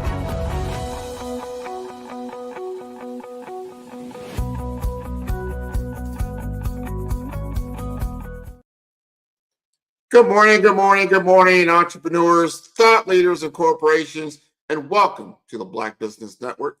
My name is Grant McGaugh. I am the CEO of 5-Star BDM and host of the Follow Brand podcast and TV series, and I am your business moderator for this morning on the Black Business Network. The Black Business Network is a 24-hour business network showcasing Black businesses, business owners, entrepreneurs, and thought leaders worldwide. And we have speakers from North Carolina, London, Singapore, Africa, Japan, and cities all over the United States. The Black Business Network is a global community sharing its business knowledge to empower, inspire, and educate businesses about business. And it is my honor to introduce a visionary entrepreneur dedicated to bridging the digital divide. Torrance Mack. As the founder and CEO of TDM Technologies International LLC, Torrance has made it his mission to empower seniors through technology education. Working closely with Medicare Advantage companies, he ensures older adults can confidently navigate today's digital world. His dedication earned him a prestigious $25,000 enhancement grant from the Coalition of Back to Black Business, co-sponsored by American Express. He's also a finalist for the Entrepreneur of Impact Award, with the opportunity to be mentored by Damon John of Shark Tank. With TDM Tech operating in 50 countries across Florida and 4 counties across Florida and 4 additional states, Torrance is an exclusive and connected society that he's created. So let's make a warm welcome to Torrance Mack on the Black Business Network. How you doing, Torrance? Good morning. How are you today, Grant? I am wonderful, man. I love the accolades. I love what you're doing. You got to tell us more about Torrance Mack. Oh, wow. That's a long story. I don't think we have enough time, but I'll specialize on the tech side. I had a government contract in Maryland for a short period of time in the IT department, and I ended up moving back to Palm Beach, Florida. And I was working, I believe at that time, City Hall in Palm Beach County, pretty much a dead end type of job. And I went to a Best Buy store and I saw a senior who I call seasoned individual. She was beating up her smartphone, having some difficulty. I took it upon myself to go outside and sit at a park bench and help her out about 30 minutes. And she said, "Oh my gosh, you're amazing. You should do this as a business." And me having an extensive entrepreneur background with my family, my grandfather was a nightclub owner over 70 years. And my father, he's an accounting, he's had an accounting firm for over 50 years. He's 91 and he's still working. So that just gives you an idea. An entrepreneur's light bulb went off in my head. And I decided to put an ad in the Palm Beach Post. I'm thinking about 1,000 people are going to call me. However, one lady called me, but the lady owned 20 condominiums. So I started helping all of her friends. And at one point, our first class had 100 people show up, and I knew I had something. But I heard you speak on some of your other sessions, and you say the rent has to still be paid. So I had to find a way to get paid. And someone pulled my coattails and told me that Medicare Advantage companies would be delighted to sponsor my events because that gives them more marketability to sell their services. So I started out working with Humana as well as WellCare, Florida Blue Cross Blue Shield, and the rest is history, as they say. So I'm in 50 counties in Florida and 4 additional states, and I have a rotating schedule with about 10 staff. On a good week, we do about 50 classes a week, and we cover everything as it relates to technology, of course, starting with the smartphone, which gives them the most fit, dealing with the Androids as well as iPhones, teaching them basic knowledge. Then we get into the cloud.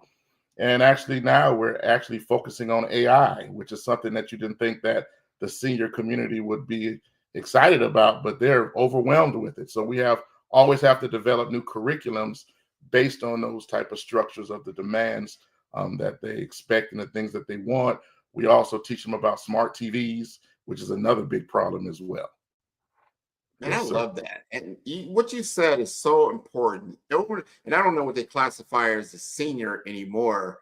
I think it was at 55 plus, 62, 67, 70. People are living, it's not uncommon to find out somebody that's a centennial, right? Under up to 100 years old. So they still have to operate in this society. And we have a very technological society. So in order for you to operate in that society, you've got to be somewhat technically savvy to a certain degree. What do you find is the common challenge or problem that these seniors are having that they need you to come in and help them? Wow. Okay. Once again, we don't have enough time for all of that, but okay. So a lot of it is just basic functionality. They all know how to make a phone call. I think that's pretty obvious to them. The things that they aren't aware that can assist them, however, would be their digital voice assistants. We're talking about the Siri's on the iPhone or the OK and Hey Google on the Android. Those things open up a whole different revolution to them because they didn't know it could turn on their flashlight. It can also find contacts, call people on speakerphone, open up apps for them. Also, one of the common things I always say in my classes with the iPhone user, before you get out your car, you ask Siri to remember where you parked, and Siri will remember exactly where you are. So when you forget where you park, you open up your phone, you press the Maps app, and it will take you directly back to your car. Texting is always a common thing as well, because I tell them that's the only way they can speak to their kids and grandkids, by texting, because they won't answer calls. So you have to know how to text them. You need to know the text abbreviations, the BRBs, the LOLs, the ROFL, MBO. So, of course, if they go to Google, they could find out what they mean. And, of course, the emojis, over 10,000 emojis. So they can go to Emoji Encyclopedia and learn. You know, you're empowering yourself. I always ask them, how does it feel if you have this little device in your hand and you can't do it and you have to call your kids to ask you how to do that? And they say it makes them feel dumb. I said, well, my job is to make you feel empowered so you don't have to call them. You'll know what the name of your phone is. You need to know how much storage capacity you have. You need to know how much cloud space you have and what version of the operating system you have. So that's some of the newest things that we teach them. Also, how to use QR codes. Those are just essential things. So those things, once they get through that and they understand that, it's smooth sailing from there. So that's pretty much the issues that they do have. I got a confession, Torrance. I just learned some things from you that I didn't even know. Like, what? I could tell my phone where I parked, and then so I won't have to be embarrassed when I go back out in the parking lot. No, I think you might have, because we buy these devices. And I just had a conversation with someone just Tuesday about what we call a cell phone. You know, this device here. It's more than a phone, right? It's a digital device is what it is. It's a small mobile computer. It can do a lot of different things. It's, when you say it's smart, it's highly intelligent. And you talk about AI for what it can do within its sphere to help you. Man, I'm thinking, wow, I didn't even think about that. Torrance, you mean I've been lost so many times, I could have just said, hey.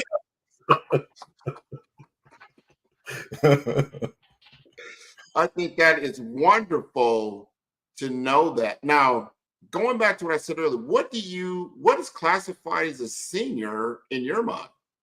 Well, generally, the old senior is what, 55. Well, 55 plus communities. We deal with a lot of those, but it's really like 62 years old, they say. But once you're saying the ages, there's a lot of people I know 70 years old. You would think they're 50 because they're so mobile, they're active, their brain is functioning, and they know how to do a lot of different things. So the reason why I say seniors is because when we're dealing with senior communities, they're 55 plus communities, 65 plus communities. We deal with adult living facilities, independent living.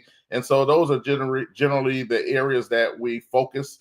Then, of course, we have the Medicare, which is the other side of things, with all the Medicare Advantage companies, and they're pushing Medicare. We know that Medicare starts, and those are things that is my demographic, primarily that age group, but also the Medicare companies, the Comcast, the other companies that need to present their products to the senior community. And that is really my target audience. People ask me, who's your target audience? Of course, it's the seniors to teach them, but also it's these companies, because these companies need access to those seniors. And a lot of them can't get into these senior communities. So they ride my coattails to get in there, but that's fine with me because, you're paying for it, obviously, but you'll get your few minutes of me time. But my objective is to empower the seniors. It's not a sales pitch to push Medicare. So if you're sponsoring my event, you get about 3 minutes to speak, and that's it. Everything else is focused on empowering. Now, I can give the Medicare Advantage some branding. If I'm teaching about how to search the internet in my PowerPoint curriculum, I can easily put that particular Medicare Advantage company on the screen. Okay, so let's look up Humana. Let's look up Blue Cross Blue Shield. So that would give them some branding. And the paper and the curriculums that we give them copies to take home to retain, it does have all of that branding in it for them as well. So there's a lot of opportunity for them. I like that. And here's my question. There's a lot of business owners are tuning in right now. And one of their biggest problems is how do they get in front of their ideal client? And you seem to have solved that. I mean, you gave us that story, how you started. You're working for the county. you helped a elderly individual to operate their phone and said, hey, why don't you start? And then it sparked you, and then you started on that journey.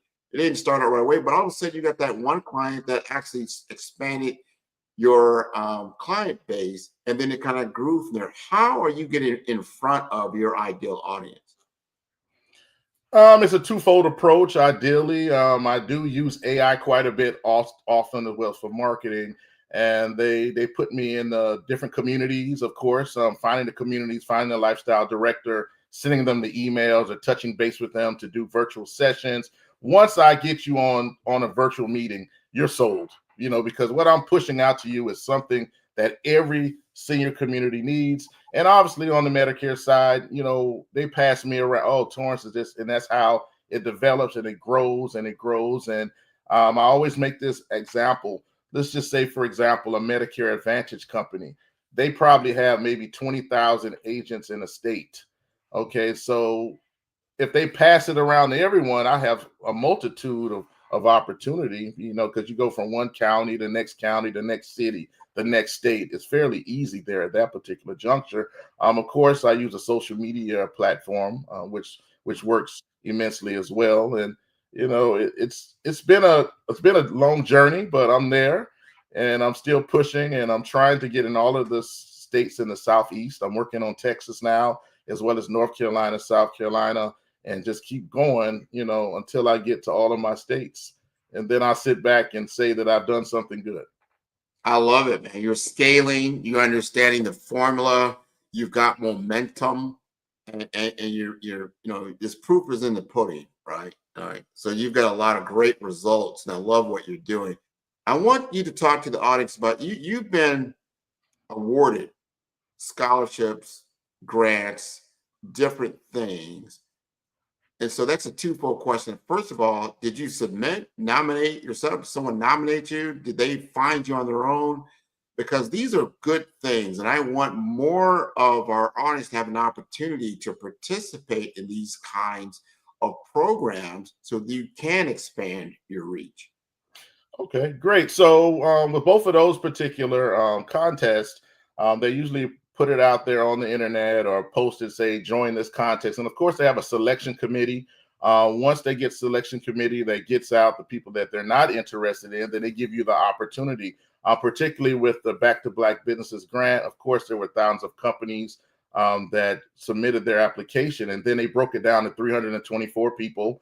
The 324 people received the $5,000 grant. But there was the enhancement grant of $25,000. After we did a series of trainings, they determined that there were 10 of us that were eligible to get the $25,000.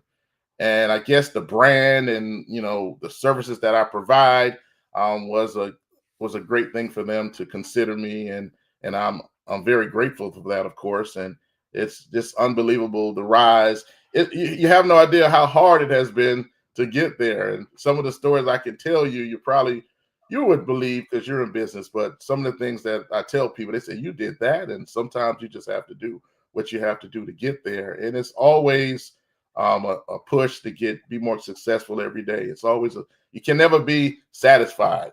You have to be humble and be willing to fight to get whatever you want to get. And, it's really not easy, but I love it. I love the challenge. Yeah, it is a challenge. And I'm glad you brought that up about the journey. I like the analogy around, I call the iceberg effect. When people see what you're doing, they say, oh, Terrence Mack is very, very successful. They're seeing just the tip of the iceberg. You didn't see that other 70% of the entire iceberg underneath the water that supported you along that whole journey of finally first getting to the surface, breaking ground, becoming, positive in what you're doing, positive cash flow, all the different things that you've had to do, the learning that you have, because the transition from a W-2 employee to then running your own business, especially a successful business, is a major shift in mindset in what you have to learn around finance, around taxes, around other legalities, about other things that you're like, oh, wow, I didn't know about that. And then you're learning sometimes on the fly. as you get through this. So I applaud you for doing that. Now, right now, you just reached out to me about another program that you're a part of, that you're gathering some momentum around. Tell us more about that. Okay, well, that is the Entrepreneur of Impact grant. It's out there. I think a lot of people have heard about it, but basically you submit your information about your business and you're selected in a group of individuals. They just had the first cut last evening, down to the top 20, and I think it's like 10 groups, but I was number one in my group. So I'm still keeping the momentum on, and I want to keep it on. I don't want to get below number one. I just want to be there all the way to the end. So I'm working diligently. I'm dealing with my contacts. I have a loyal, seasoned community following. A lot of them follow me, and they support me all the time, and I love all of them. So I'm always touching base with them because I can definitely guarantee their vote every day, which is great. And I probably have another 15 to 20,000 people I need to contact. And I'll be doing that now since I'm in the second round, and it's very strategic, and I love it. It's just it's something that you just can't explain. My dad is an enthusiast of jazz music. He loves jazz, and when he talks about it, just say it's something that gets in your bones that you just can't explain. And that's how I feel about this business. It just feels so good. I feel good about it. One of your fan club just popped up on in the chat world of Go T-Mac. You got a very loyal fan base out there. I want to ask you this, because you've done a lot of trainings, and you say you did a lot of classes, like 50 a week. That's a pretty good clip. Do your loyal customers, are they aware of all these different programs and awards that you've gotten because of what you do? Oh yeah, I put out some of the things and let them know what's going on. And then when I want them to vote for me, of course, I put it up the QR code. That's like one of the main things I'm teaching them now. So every class we do, we're practicing the QR code to make sure they remember how to do it, because it's so prevalent in this day and age, and it's always something new. If it's not my digital business card, it's my website they're scanning, or it's voting for me and the Entrepreneur Impact. So I'm always making it visual to them and keeping them in the know, whether I'm going to Pensacola doing a class, Jacksonville, Tallahassee, Georgia, Louisiana, Alabama, Mississippi, which I'm everywhere. I'm always pushing that to them so they know what's going on. And I also have a YouTube channel that shows my journeys. I have a van that I drive around with in other states and things, and I sleep in the van, which cuts back on travel costs. So I'm doing little journeys, and it's on my YouTube page, so they'll see me driving to Louisiana, Mississippi, or Alabama, so they can always stand and know where I'm at every location, and they really enjoy that. And I'm surprised how many people let me know, oh, I saw you on YouTube. You're in Louisiana this week. Buckle up. It's cold there. It's you can't understand. It just feels so good. You got to, but before I ask you another question, you got to tell us how to vote for you in this Entrepreneur of Impact. What's going on now? How do we do that? Okay, so there's a multitude of different ways. One way, you can go to the entrepreneurofimpact.org/Torrance-Mac to vote for me there. Or you can go to my website. I have the link on my website, which is www.tdmtechpc.com. That's another way to vote for me. Also on my Facebook page, I have the TDM Technologies International LLC Facebook page. You go there, and I have it on there as well. So there's a multitude of ways to reach out, or you can text me, and I can even text you the link. My number is 561-344-5188. Send me a text, and I can provide the link to you, and I will appreciate your vote. I will definitely vote. You got my vote for sure, and I'm sure the Black Business Network, we all are cheering you on because you stand for exactly what we are all about. We are about promoting Black business. Now, I'm going to tell a story about how we met, right? Yes. We met at Project 12 was actually going to be occurring tomorrow, February 1st, for Black History Month. And they celebrate Black men in the community that are making a difference. I was part of a cohort of 12 people in the Miami-Dade, Broward County area. There was another 12 in the Palm Beach area. And this was respectively the 10-year anniversary in Palm Beach and the 5-year anniversary in Miami-Dade, Broward. And here I meet Torrance Mack, and we get together, and he gets to telling me like, hey, I do technology for seniors. Of course, we got to have a conversation around that.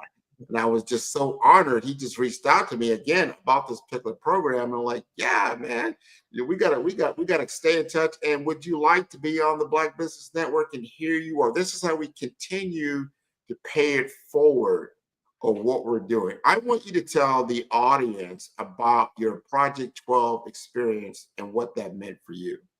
Oh, first of all, it was an honor. I was so surprised to be nominated. And, you know, we all do our work in the trenches and do hard work and commit to everything. But when someone takes the step to honor you in something of that fashion, it's, first of all, it was amazing. Shanitria is such an amazing young lady. I know I don't tell her enough, but she's a phenomenal young lady. And the experience was phenomenal. It was first class. No doubt about it. We had a lot of constituents from all over Florida at the event. It was a great spread, of course, with the food was phenomenal. And just the honor to be honored in front of all of those people was just so amazing. And it's something that I would want any young Black male that's in the business to be nominated for, to have the opportunity to be honored in that particular fashion, without a doubt. Without question, this is how you create collaborations across many different industries. Other people, you know, we understand now the relationships is key. Relationship fuels your business. If you don't have the right relationships, it's not going to go very far. I don't care how much marketing you do, how much different networking you do. You must create relationships. It's not about how many followers, how many connections. It's about relationships. People you can actually pick up the phone, talk to, have conversations about understanding what they're doing, what their perspectives are, and how you can add value to them. So when I had this conversation with Torrance just the other day, he's like, hey, you know what? Let's pay it forward. Let's bring it to another level. Here we are right now. This is great. I want to ask this other question because I'm curious about the devices that you help elderly people. Now I'm in that category, right? So I can. But wait a minute, you got to stop with the elderly. Say seasoned individual, okay? Seasoned. I'm a seasoned individual. All right, I've been on the Barbie a long time, but no, but it's okay. And someone told me I got here. You know, it's always good to say. You know, some people cannot say that. You know, so you can say I'm here. I got here. I have a lot to give. But here's the deal. The devices that you train people on, there's so many new devices, so many things. So you help them with cell phone devices, whether it's Android or whether it's Apple. Are you helping them with others like tablets and PCs and other devices that, you know, talking to your Alexa that you got hanging up in your home now, that kind of stuff? We cover all the devices, but we start with the smartphone. We start because that's the one in their purse or the one in their pocket, the one that their kids give them, and you know, want to track them and everything. So we start with that, but of course we go into the iPads, Samsung tablets as well. As far as computers, we do that as well. Windows, PC, and Mac, Chromebooks as well. We cover it all, but really the one that everyone wants the most initially is the smartphone. That's where it starts. We also do online safety and scams to make sure, you know, they know how to, you know, to determine what a scam or a phishing incident could potentially be. And I told you about the AI. We talk about the emailing and the smart devices, of course, with the smart refrigerators. Also, I have a couple of clients that have smart refrigerators. I do home visits for them.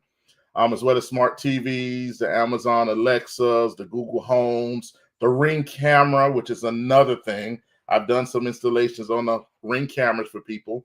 Also the Ring lights and everything. So it's everything, you know, anything that has to do with tech, we deal with it. They can call us and ask for insight. We schedule home visits if the particular subject that we're talking about in that particular class is different than what they want.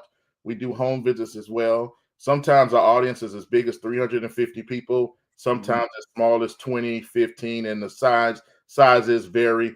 I've been to a couple of churches that do classes, and I had about 350 people in the audience. And after that, they have the opportunity with the open mic to ask questions, and I would stay an hour after for any personal questions. So, you could really be at a particular place a whole day with some of these communities, and these people have all these different questions. Now, is it easier for you to deliver the classes in person as opposed to online, or do you do hybrid as well? We do offer a few hybrid. Unfortunately, when COVID was out, we had to change our whole structure to fully online, and it took a little while. Quite a few of our sponsors pulled out because they didn't think that it would be beneficial. But then when I started getting groups of 100 and 200 people on Zoom, they had to come back at that time. But obviously, the in-person is always the most effective. But when we're doing one-on-one sessions, I do log on with them with Zoom, have them share their computer screen, then I can fix and assist things for them in that particular regard. But we prefer in person. I just think there's something special about being able to talk to somebody face to face, and then actually let them show you what's going on with them. And they just like the personal touch. They really do. And a lot of them actually do need that. They do need that. Like some places we go once a week. When we go there, they look forward to us being there every week. And some of them just need that. It really means a lot to a lot of the seasoned community to have that. Help me understand like the pricing structure that you have. And it sounds like, so you'll do one-on-one, you'll do small groups, like maybe 10, but then you'll do large groups up to 300. Just talk to me about your pricing structure and how you deliver that kind of service. Okay, well, a lot of it has to do with our provider. Once again, if we're dealing with a Humana or something like that, so they would say, okay, we have a meeting towards the end of the year about our annual pricing structure for the next year. They say, okay, Torrance, we want you for 50 classes in 2025. And then we come to that particular price point and we just put it out there. They pay their annual fee. And when they structure and they pick the locations, the numbers have nothing to do with me. If they structured a class at a Centerwell in Louisiana and they've already paid for that, and one person shows up, that has nothing to do with me. That's all about their marketing plan. But at the same time, if they've done a good job, you could easily have about 50 to 100 people there. So the numbers mean nothing in regards to the pricing component. The size of the class means nothing at this particular point in regards to that. Now, the home visits are something of a more personal nature. So obviously with the home visits, that's something that the seasoned individual has to pay. Medicare is not going to pay for any home visits yet. At some point, I would like to become a Medicare, become a Medicare billing agent, which would be great if I can do that at some point to bill for technology services for seniors. But right now it's directly with the agents and with corporate. Okay. Now, you are not a one-trick pony, meaning you're not doing all this yourself. Correct. You've had a team. You scale. So have you duplicated yourself? You have a Torrance in all these 50 counties, or how does that work? There only can be one me. I try real hard. Somebody told me you can't duplicate yourself, but I do have a couple of people. I have right now a team of about 10. One of my very best trainers, however, his name is Michael Reyes. He is bilingual. He can speak in English and Spanish, and he is very good because sometimes he could teach English and Spanish at the same time, technology. I don't know how he does it, but he's phenomenal. He's very good at what he does. I have another gentleman named James Molnar. He primarily handles the Palm Beach County, and he's very good as well. Mike pretty much does Dave Brower and Palm Beach as well, or wherever I send him. I have another gentleman in Jacksonville. I have another one in the Orlando area. But if it's out of state right now, I'm the one that does all of the out of state classes. I try to get everything scheduled. So if I'm talking to Humana in Louisiana, I say, okay, I'll be there the week of the 15th to the 22nd. Schedule as many events as you want for that particular week. And that's how I do it. So you get the opportunity for them to give bulk classes for you. And also, if they don't have quite as many as I want, I would call the other providers that I deal with, say, hey, listen, I'll be in this area. So it wouldn't be unusual for me to do about 15 to 20 classes in a week myself, if in that particular area. As long as it's within a vicinity of an area, I can do that. Oh, that's great. One thing you said, I know my audience is going to be very interested in, and I love your business model, is that you're working with sponsors, people that are paying for you to come and talk to their base of people to deliver your service. What is the benefit of like a Humana or maybe one of your other sponsors for them to have you to come out and speak to their customer base? Why do they see value in that? Well, first of all, they want to have the opportunity to get to them because, like I mentioned earlier, a lot of communities will not let a Humana or a Blue Cross Blue Shield come to their senior community because they're thinking they're selling Medicare, and that's what it's all about. So they have to change their approach.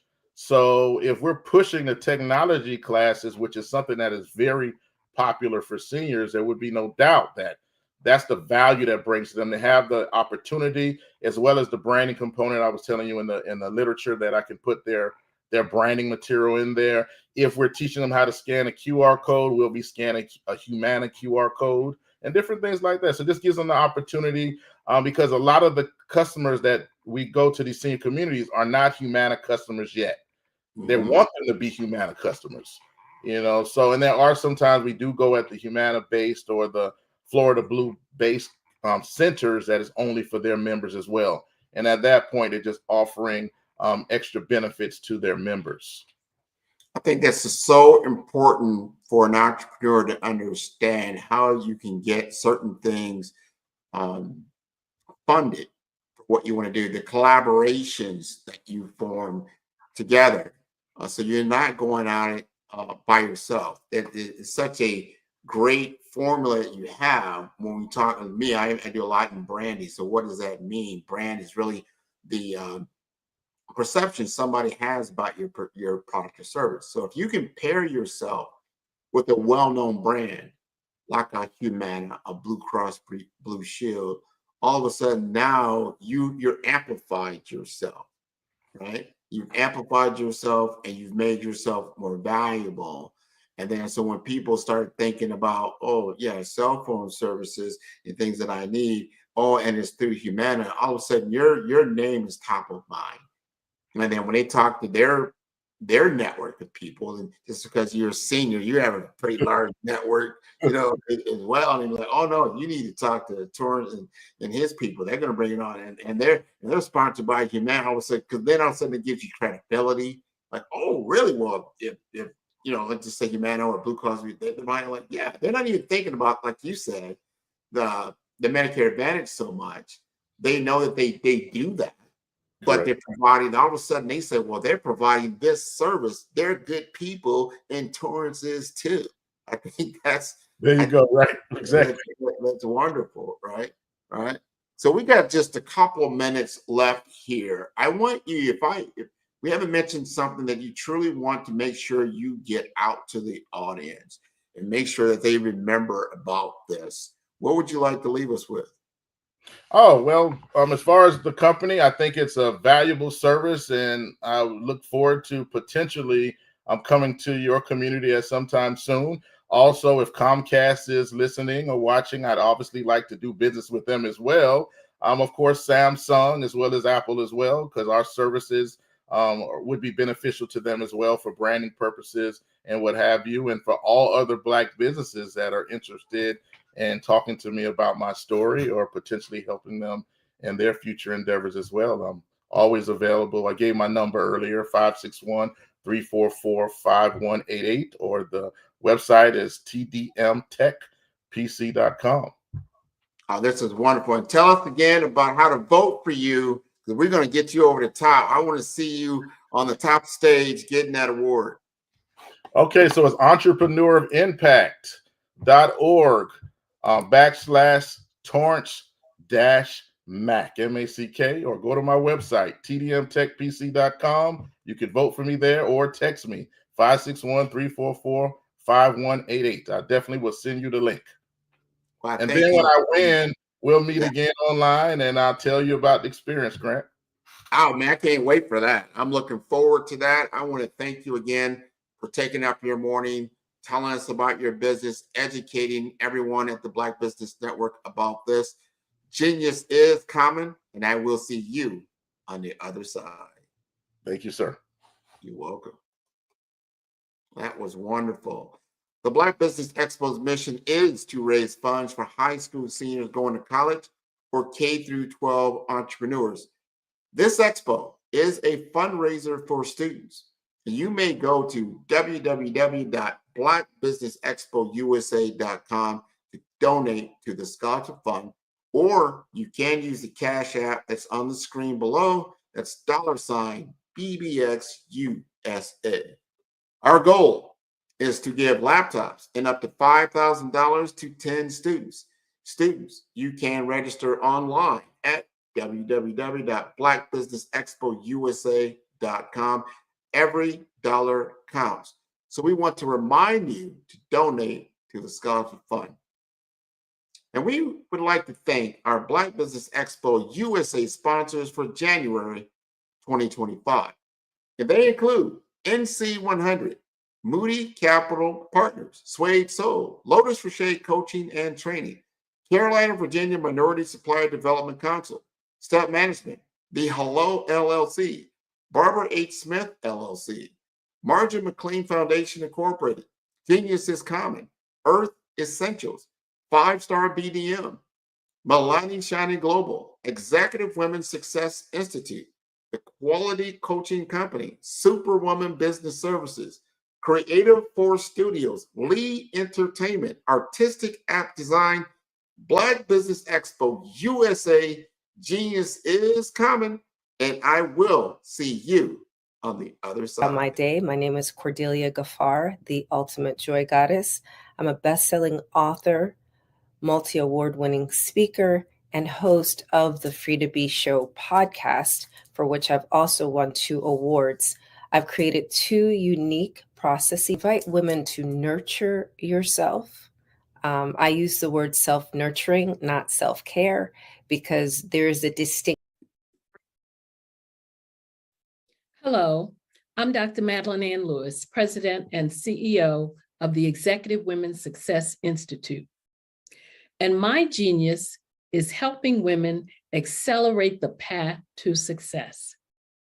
You know, I was blessed to have strong women in my life who encouraged, motivated, and pushed me to do my best and to never even think about giving up on my dreams. So I say to women, we must show up to rise up. We have talents and potential, but who will see them if we don't speak up and get noticed?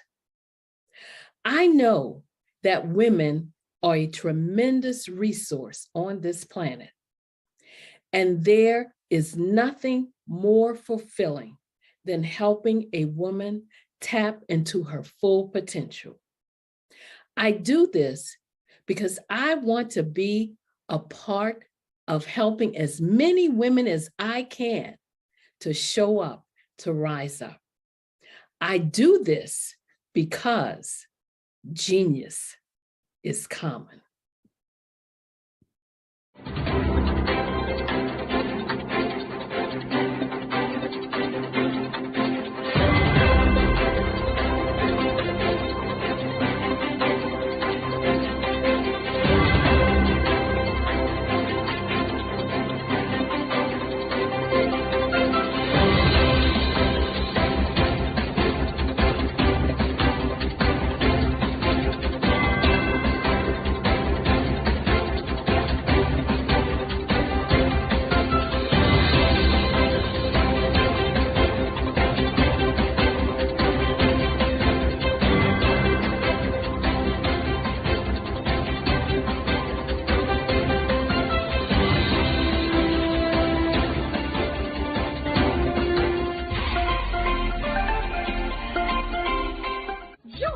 Dr. Eric Kelly III and a host of phenomenal speakers from all around the globe for this 7-day virtual event that you don't want to miss.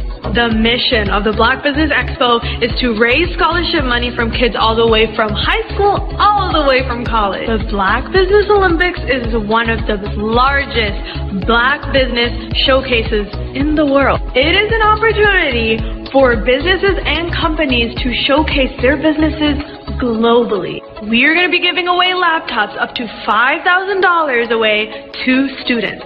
Again, I'm Olivia Appleberry, the founder of 2 Cents Finance and one of the speakers for the expo. I am so excited to see you there. For more info, go to www.blackbusinessexpousa.com or call 919-308-9090 and hope to see you there. I am Black Business. From the moment I wake until the time I sleep. Yes, I am Black Business. I am Black Business. Tell me, are you Black Business? I am Black Business. Do you support Black businesses? Listen, I support Black business because I am Black Business. Black Business Expo, one of the largest business showcases in the history of Black business in the world. The world! Sign up today at www.blackbusinessexpousa.com or call 919-308-9090. I am Black Business. I am Black Business. From the moment I wake until the time I sleep, I am Black Business. I am Black Business. Are you Black Business? I am Black Business. Do you support Black businesses?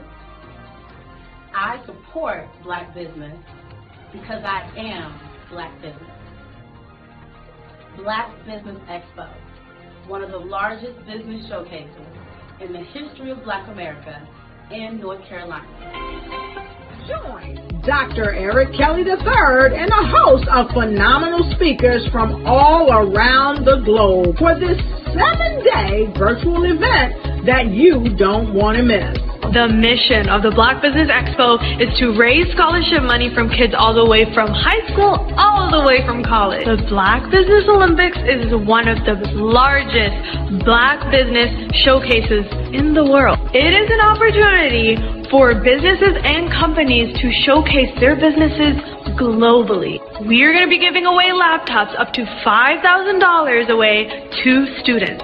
Again, I'm Olivia Appleberry, the founder of 2 Cents Finance and one of the speakers for the expo. I am so excited to see you there. For more info, go to www.blackbusinessexpousa.com or call 919-308-9090 and hope to see you there. I am Black Business. From the moment I wake until the time I sleep. Yes, I am Black Business. I am Black Business. Tell me, are you Black Business? I am Black Business. Bravery is not the absence of fear, but the ability to overcome it. We stand for those who defy suppression, who speak out, and those who walk the road less traveled. Everyone deserves to be seen and their voices to be heard. We're sparking a movement, growing a community of creators united by the desire for freedom, choice, equity, and ownership. At Fanbase, it's all for one and one for all. We support each other to guide, promote, and uplift you in a place where you can unapologetically be yourself. A place where your voice, ideas, and creativity are not just welcomed, but celebrated. We are Black founded, minority funded, and supported by a diverse, inclusive, powerful community that believes in the strength of authenticity and individual choice. Regardless of success or background, we welcome you. The marginalized, the underappreciated, the successful, the superstar. We're for all who seek a space to express themselves freely, where they are rewarded for being their authentic, true self. We transcend labels because only we have the right to define ourselves.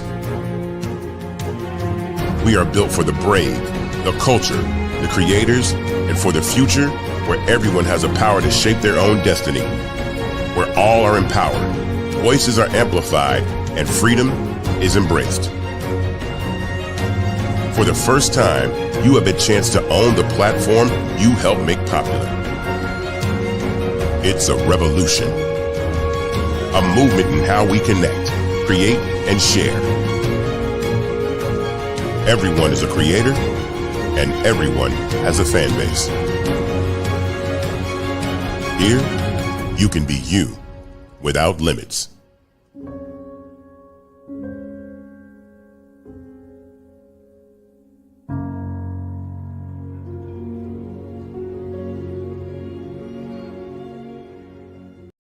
At 5-Star BDM, we don't just elevate brands, we forge industry icons.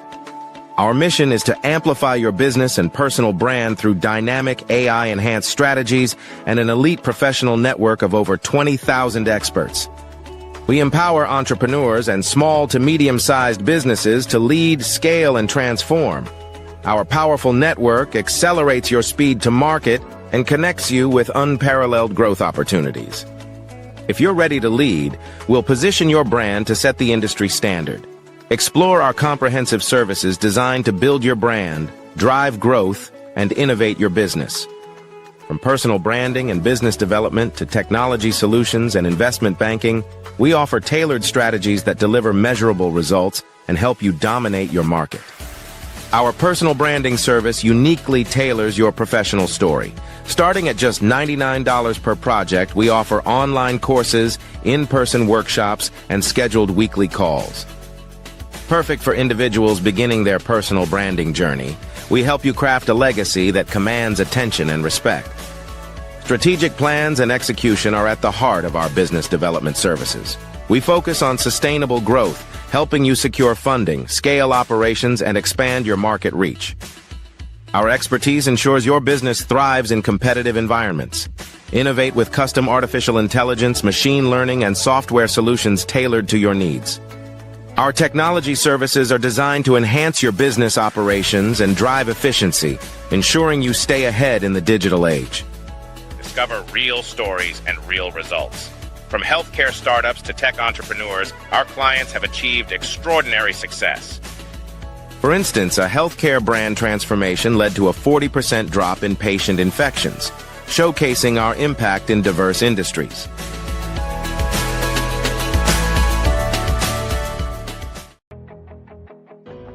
I am Black Business. From the moment I wake until the time I sleep, I am Black Business. I am Black Business. Are you Black Business? I am Black Business. Do you support Black businesses? I support Black business because I am Black Business. Black Business Expo, one of the largest business showcases in the history of Black business in the world. Sign up today at www.blackbusinessexpousa.com or call 919-308-9090. I am Black Business. I was born in a little village on the island of Haiti. Many deadly diseases pounded me. It is as if they were on a mission to end my existence on this earth. I refused to give up. In 1983, I left Haiti and came to the United States of America. And I came with $5, 2 shirts. I didn't speak any English. I came to Atlanta. I got a job. I was a doorman. I was a doorman with a dream. What I used to come on stage. I'd rehearse this moment that I'm standing in front of you. That's the power of a dream. Maybe today is the day you begin acting as if you already have it. And then step out with full force. Take a risk. No condition is permanent. Don't let your situation distract you. You are chosen. You are called. You are born for a purpose in this life.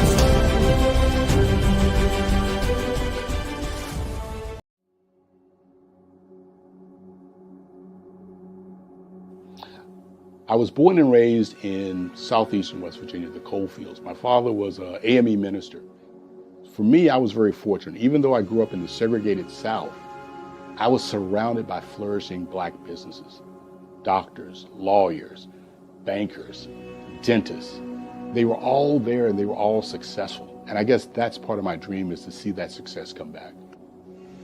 My name is Joseph Simmons, and I am the founder of the Center for Micro-Entrepreneurial Training.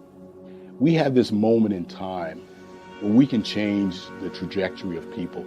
And our focus is on women, Black and brown entrepreneurs, and their access to capital, their ability to build thriving businesses, the ability to employ people.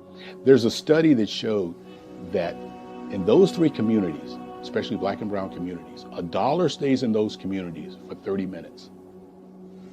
In white community, $1 stays in their communities for 8 hours. So think about it.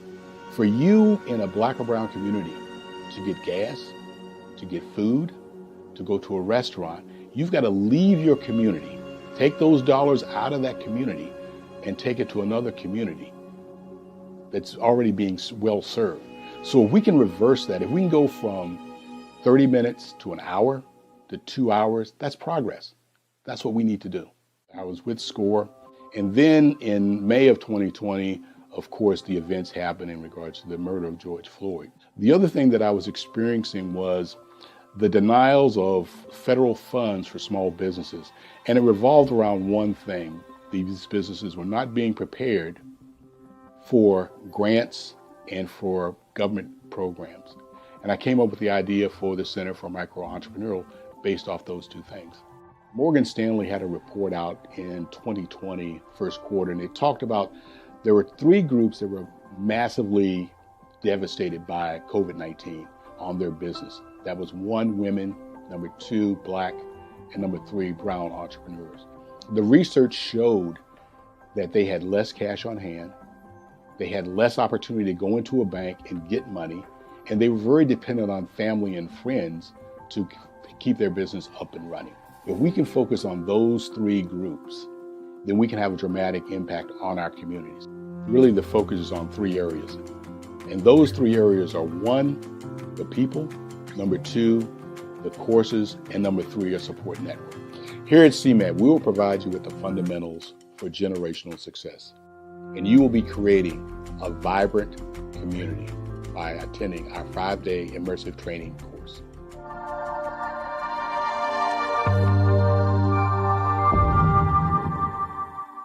Phenomenal Tanya T. Wise, who is here from the great state of Maryland.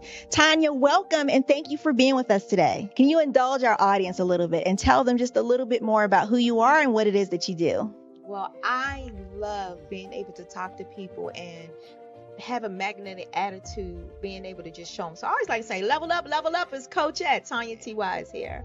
So can you tell our audience, just give them a teaser about what your presentation will be about? So my philosophy is that we should all be living our dream life.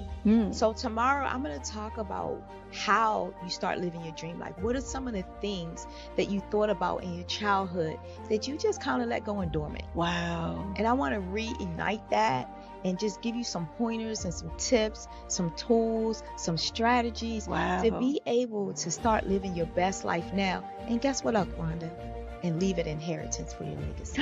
Oh my goodness. Okay, I know that's resonating with a lot of people. I've heard that you have a dynamic coaching program. Can you tell us a little bit more about that? Absolutely. So our coaching program help people that have the lack of time, that lack strategies, and lack the confidence to go after their dream life. So we help them implement tools, we help them implement strategies, as well as give them resources so that they can live their best life now and leave that inheritance. Wow. Oh, I love that. I love the leave the inheritance part.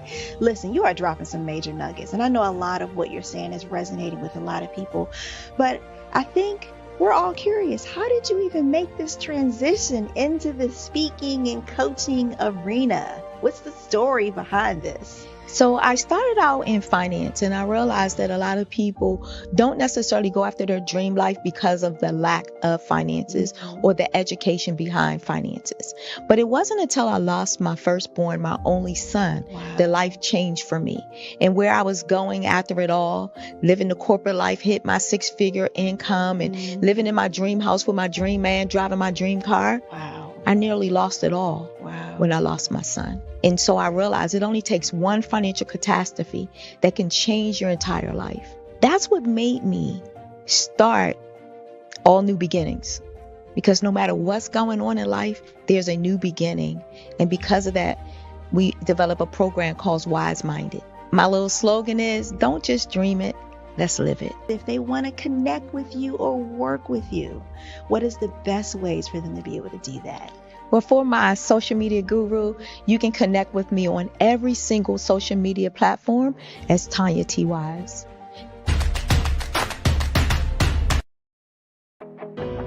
I am Black Business. From the moment I wake until the time I sleep, I am Black Business. I am Black Business. Are you Black Business? I am Black Business. Do you support Black businesses? I support Black business because I am Black Business. Black Business Expo, one of the largest business showcases in the history of Black business in the world.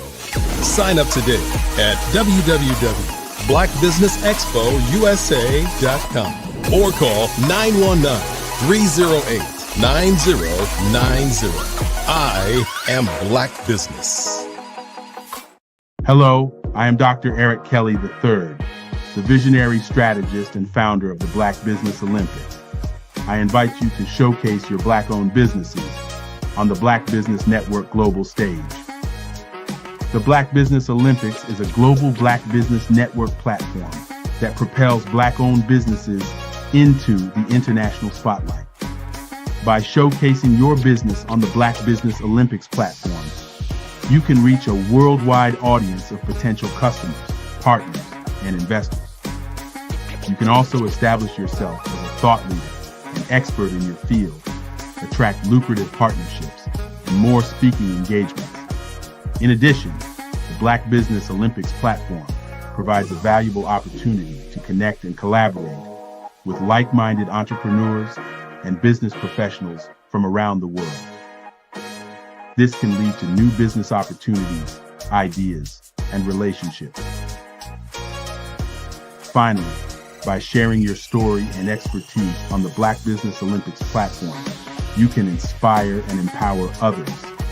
This is a powerful way to make a positive impact on the world and leave a lasting legacy. If you are a Black-owned business owner, I encourage you to seize the opportunity to showcase your business on the Black Business Olympics platform. It is a once-in-a-lifetime opportunity to make an indelible mark on the world. Be one of the 1,000 visionary entrepreneurs who are changing students' lives, shaping industries, and leaving an unforgettable legacy for their families. Unleash your voice on our global stage and watch your business thrive. Black Business Olympics is one of the largest Black business showcases in the history of Black business in the world. Yes, the entire world. Just give me a call today at 919-308-9090.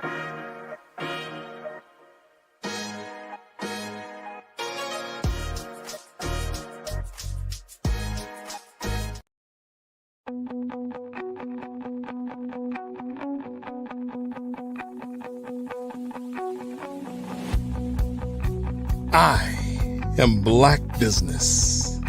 From the moment I wake until the time I sleep. Yes, I am Black Business.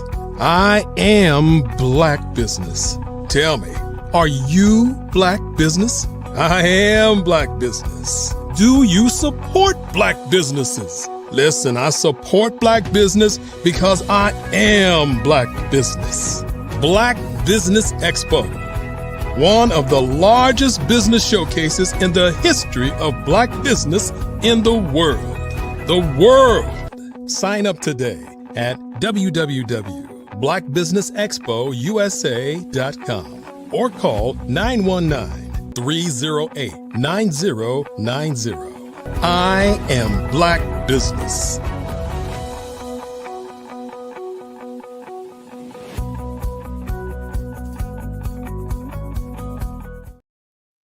Good morning, good morning, entrepreneurs, thought leaders, and corporations, and welcome to the Black Business Network. My name is Grant McGaw, CEO of 5-Star BDM and host of the award-winning Follow Brand podcast and TV series. And I am your business moderator for this morning on the Black Business Network. The Black Business Network is a 24-hour business network showcasing Black businesses, business owners, entrepreneurs, and thought leaders worldwide. And we have speakers from North Carolina, London, Singapore, Africa, Japan, and cities all over the United States. The Black Business Network is a global community sharing its business knowledge to empower, inspire, and educate businesses about business. And it is my privilege to introduce a distinguished financial expert and community leader, Stan L. LeConte. Born and raised in Queens, New York, Stan is a seasoned financial professional with over 15 years of experience, a graduate of Florida International University with a degree in finance, and he has earned his Certified Financial Planner, CFP, designation and advanced credentials as a chartered retirement planning counselor. His career spans coaching financial advisors, specializing in insurance sales, and leading a team of 50 advisors as an associate branch manager at Fortune 200 firms. And as the founder of Achievers Protection Advisories, LLC, Stan provides risk management solutions for homeowners and businesses. A proud member of Kappa Alpha Psi Fraternity Incorporated, he is committed to mentoring young men and promoting financial literacy.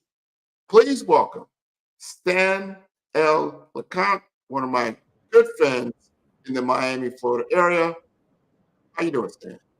How you doing, Grant? I'm doing well. Thank you for that introduction. Thank you for having me on your show once again. Absolutely. First of all, let me say this. I'm very proud of you. You have done a lot of work, a lot of the behind the scenes. A lot of people, they see the accolades, but they do not see the labor that it takes to get to those areas of achievement. First, tell us just a little bit about your background and your passion. What drove you to be a financial planner?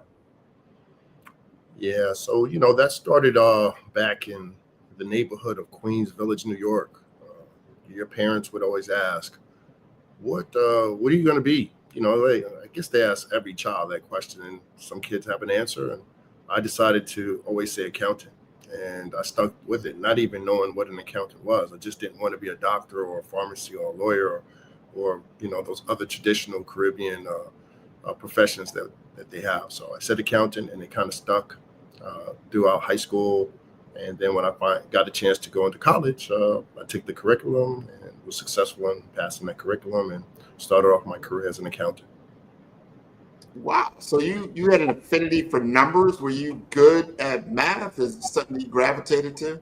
Not at all. Not at all. Not at all. In the beginning years, not good at math. I'd be functional. I'd be able to get the grades. It didn't start until I got to college, where I really started getting affinity for math and that science. Just the focus just changed. Yeah. This is interesting because there's as you said, there's young professionals out there or potential professionals, whether they're in high school, especially in high school, you start to think about what am I going to do or what am I going to focus in on as a profession.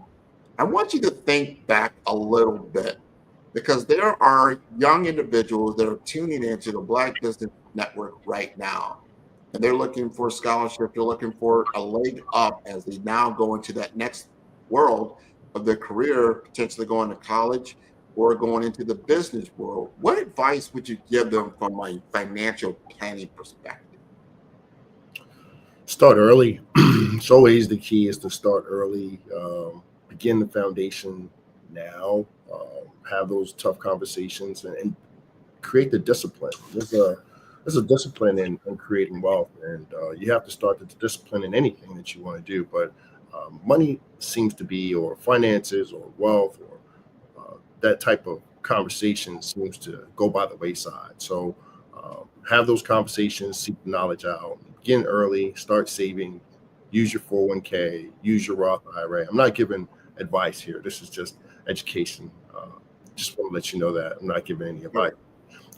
Just advising you to use the tools ahead of you and don't be afraid to start early. Let me ask you this, or share this with you. I remember being in high school, going into college and thinking, all right, I need to just get a trade. I was going to technical school and I'll have an opportunity to create a life for myself. But I don't think I truly understood the playing field. And when I say that, like as a kid, I played games, board games.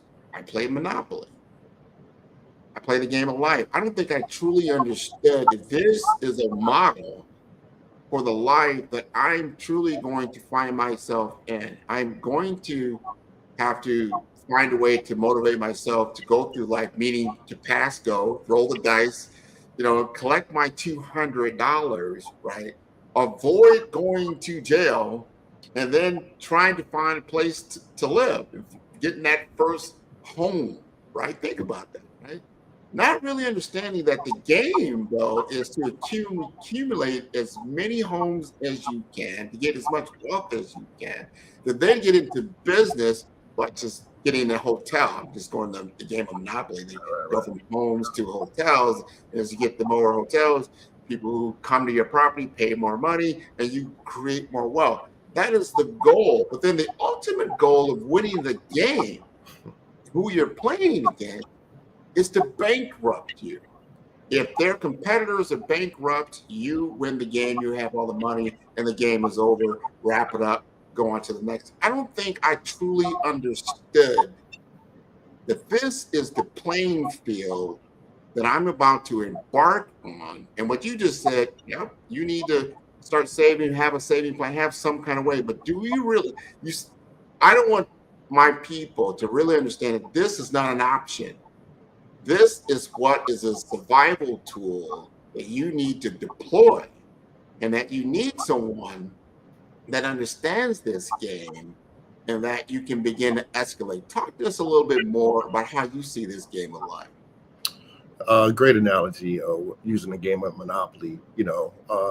Competition is based, right? The higher grades you get go to the best schools, you get the best education, you get the best network, and therefore you provide yourself with the best opportunity to have the success that you actually are striving to get. So those opportunities are so true, and to possess things and to accumulate wealth is one of those areas. But people, when often given an opportunity to make a decision, often have a choice. You have a choice to make a bad decision, right? And being that you can be emotional or frivolous, in all those ways, you need someone to kind of help you to get you back into the discipline of making sure that your plan or in effect will get there, right? So hiring a financial advisor, financial planner is exactly that landscape, where in the opportunity for you to make one of the worst decisions or best decisions, he's there to kind of guide you. And the same with the game of Monopoly, as you had mentioned, right? You want to kind of navigate through that game the best way you can to accumulate as much wealth so you can actually win and bankrupt your opponents. But in the game of life, you're not trying to bankrupt anyone. You're just trying to accomplish your goals, navigate those things that way. Sure. Well, we'll say some of us are not trying to bankrupt the others. Some competition will tell you that's exactly what they're trying to accomplish. But obviously, on the grander scale of things, if you don't manage your financial or your money, your survival rate considerably is diminished. And I know, especially in people of color in the household, the financial discussion isn't usually top of mind. It's not at the dinner table all the time. I can speak on it specifically for me that other things were discussed, but really, if I had to go back in time, I would definitely be educating even my own children about financial literacy, financial responsibility. That the goal of me giving you this $1, $5, or $10 to say for doing your chores is for you to make $100, not for you to just spend that $10 on something that you won't even have, 2 days from now. Help us understand financial literacy. Yeah, so that's one of my biggest proponents right now. I'm really going after the financial literacy and making sure that I can get to as many young leaders as possible and trying to help them understand the power of money and the decision and the science of it. We as a community don't have these conversations, and we have to learn heuristically, trial by fire, go through different levels of making mistakes before you find the right component that works for you. And then maybe you'll share that information, but maybe you're too embarrassed to say that I failed 10 times before I found the right solution. So you keep quiet in that aspect. But our counterparts are having these conversations on a regular basis. They're teaching, they're bringing their younger generation along in that capacity, and they understand to get involved early. So to start talking about, how to save, how to budget, how to stay disciplined, how to invest, how to diversify your portfolio, what is volatility, what is inflation, things that you and I would probably take for granted. Some of these kids don't have an idea of what that is, right? So we start with the very fundamentals, what those are, and we kind of build the platform. Currently, right now, I'm working on a game called the Stock Market Challenge. And it helps these young leaders understand how to invest in the stock market, the lingo of the stock market, and they're getting a head start right away. Something that I didn't even receive as a young child. No one talked to me about a mutual fund. No one talked to me about a stock. Matter of fact, this industry that I'm in, financial planning, is a fairly new industry, 50 to 60 years in. It's still making some headway. So people still don't know about having a financial advisor, and it doesn't cost you an arm and a leg. It's just someone there to kind of guide you. Just like if you were to go to the gym, you would want a trainer to help you get to where you're going. Or if you're going to the dentist, you'd want to work with a dentist, right? You need the professionals to help you get to the certain quality of life that you're trying to attain. I agree with that. I love that analogy. That part is where I think we get missed about expertise, right? You don't have to be an expert in financial matters, but you should know someone who is to help you, because this is so important, not only in your current state, but in your future state. As the people, they do estate planning, things of that nature, retirement planning, but then legacy. What are you really leaving behind for your children and then your grandchildren? I have a grandchild now. She's 3 years old.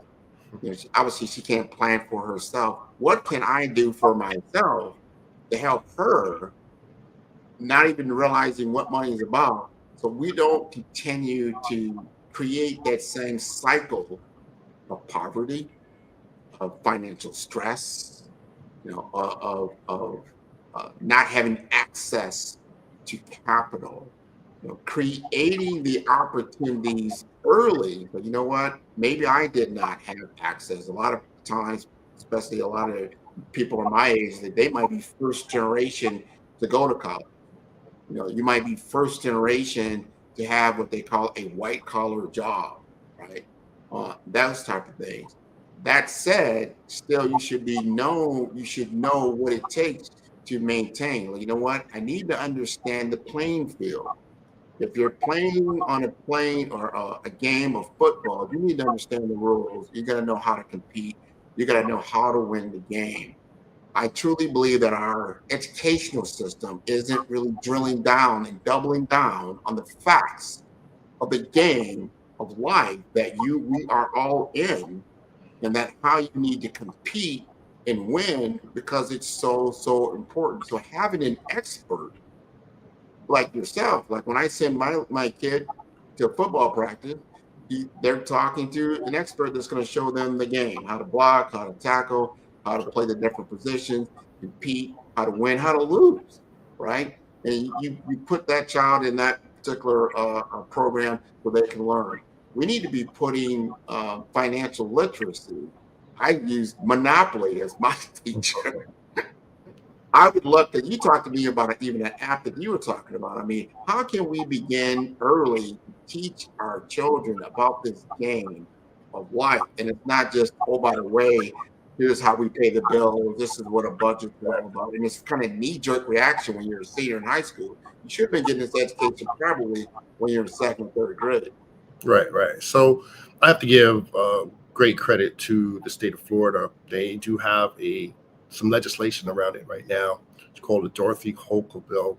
And that bill states that in order for you to graduate high school now, you need 1.5 credits of financial literacy, which is, monumental. And several other states have incorporated this model as well. So with that being said, it's being taught in the high school level, maybe not so much in the middle school or elementary, which I would say that would be the foundation and the grassroots of it. Start there so they can have more than 1.5 credits of education and financial literacy. Yeah, you'll be astounded. There are some 4-year college graduates that don't know what a 401k is, don't know the aspects of a checkbook. Now, I understand that we don't use a checkbook any longer, right? We're going into the digital age and technology has changed, but just the aspect of them not knowing certain things that are essential to saving and creating wealth is important. I find that individuals are more consumers than savers. They're more in a consumption mode, and the mindset is to change that from consumption to being a saver, living off of 80-70% of your income, and creating that type of lifestyle for you. Going to the designer store, wearing custom suits. I'm guilty of it as well. However, living below your means is probably the best way to achieve wealth. Many people don't know first generation can acquire the status of being a millionaire or having at least $1 million of net worth in the first generation. You can achieve that goal. It's been done time and time again. There's plenty of people out there that have over $1 million of net worth that have done the necessary steps, got the necessary information and education, whether it's real estate or stocks or bonds or, however they accumulated, they've done something with the discipline of working with a professional. Let me ask you this. I'm a potential client for yourself. I look you up and I call you up and I say, hey, I want to have an appointment with you. Talk to me about your services. Tell me what I will receive by working with you. Sure. So first of all, you're going to get someone that's going to listen in detail to your objectives and your goals.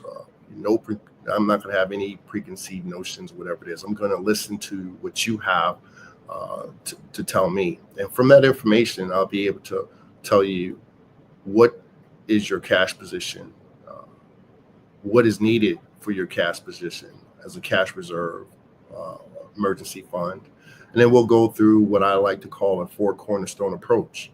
We'll look to see how much cash you need in the bank, as your reserves. We'll look to keep that above inflation, right? To keep up with the pace of inflation.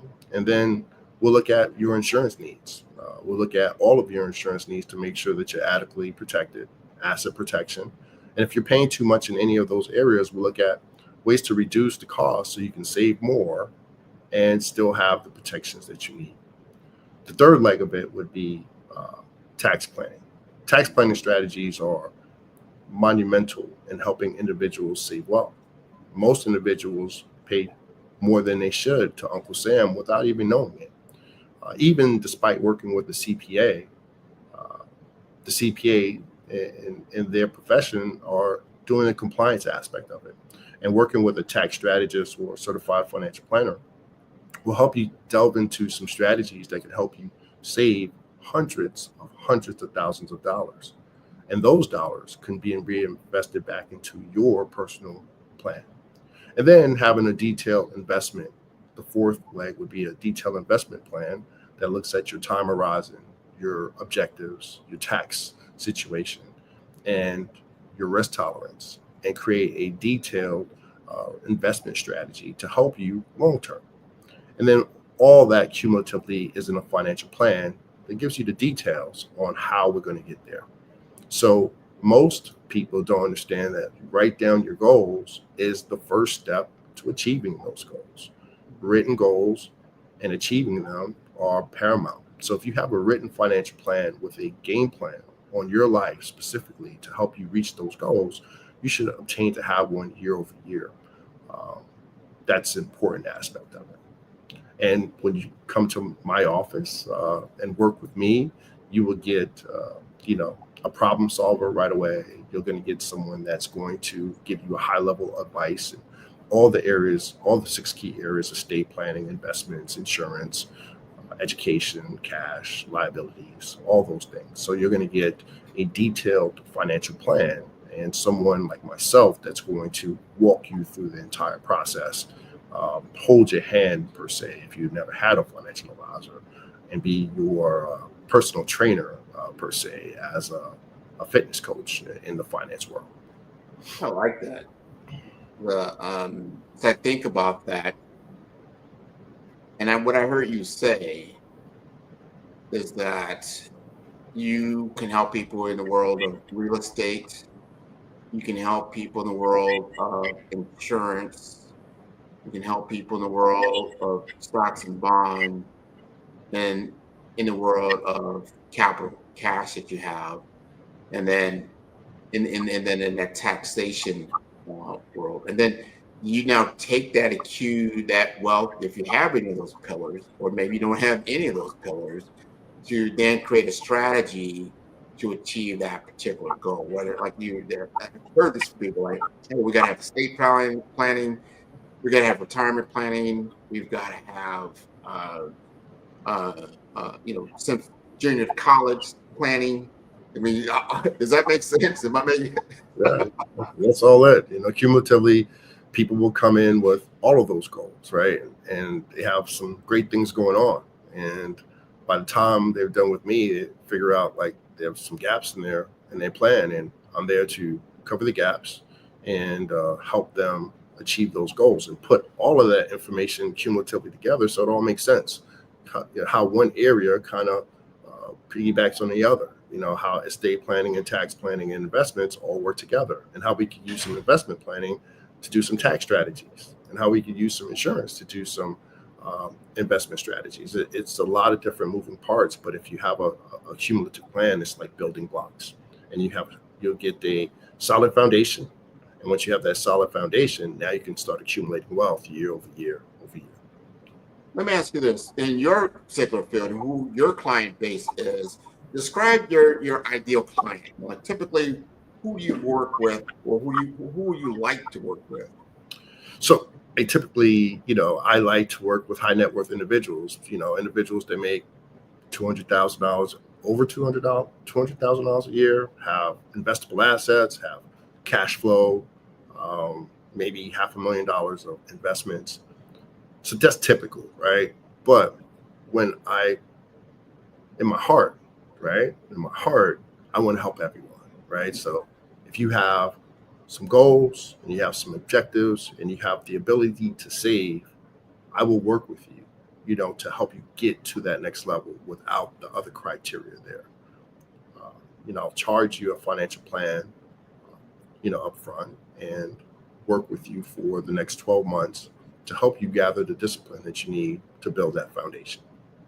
And you brought up another interesting point, because I don't think I realized your services, are they as a one-time payment, like a retainer? Is it residuals over time? How does that work?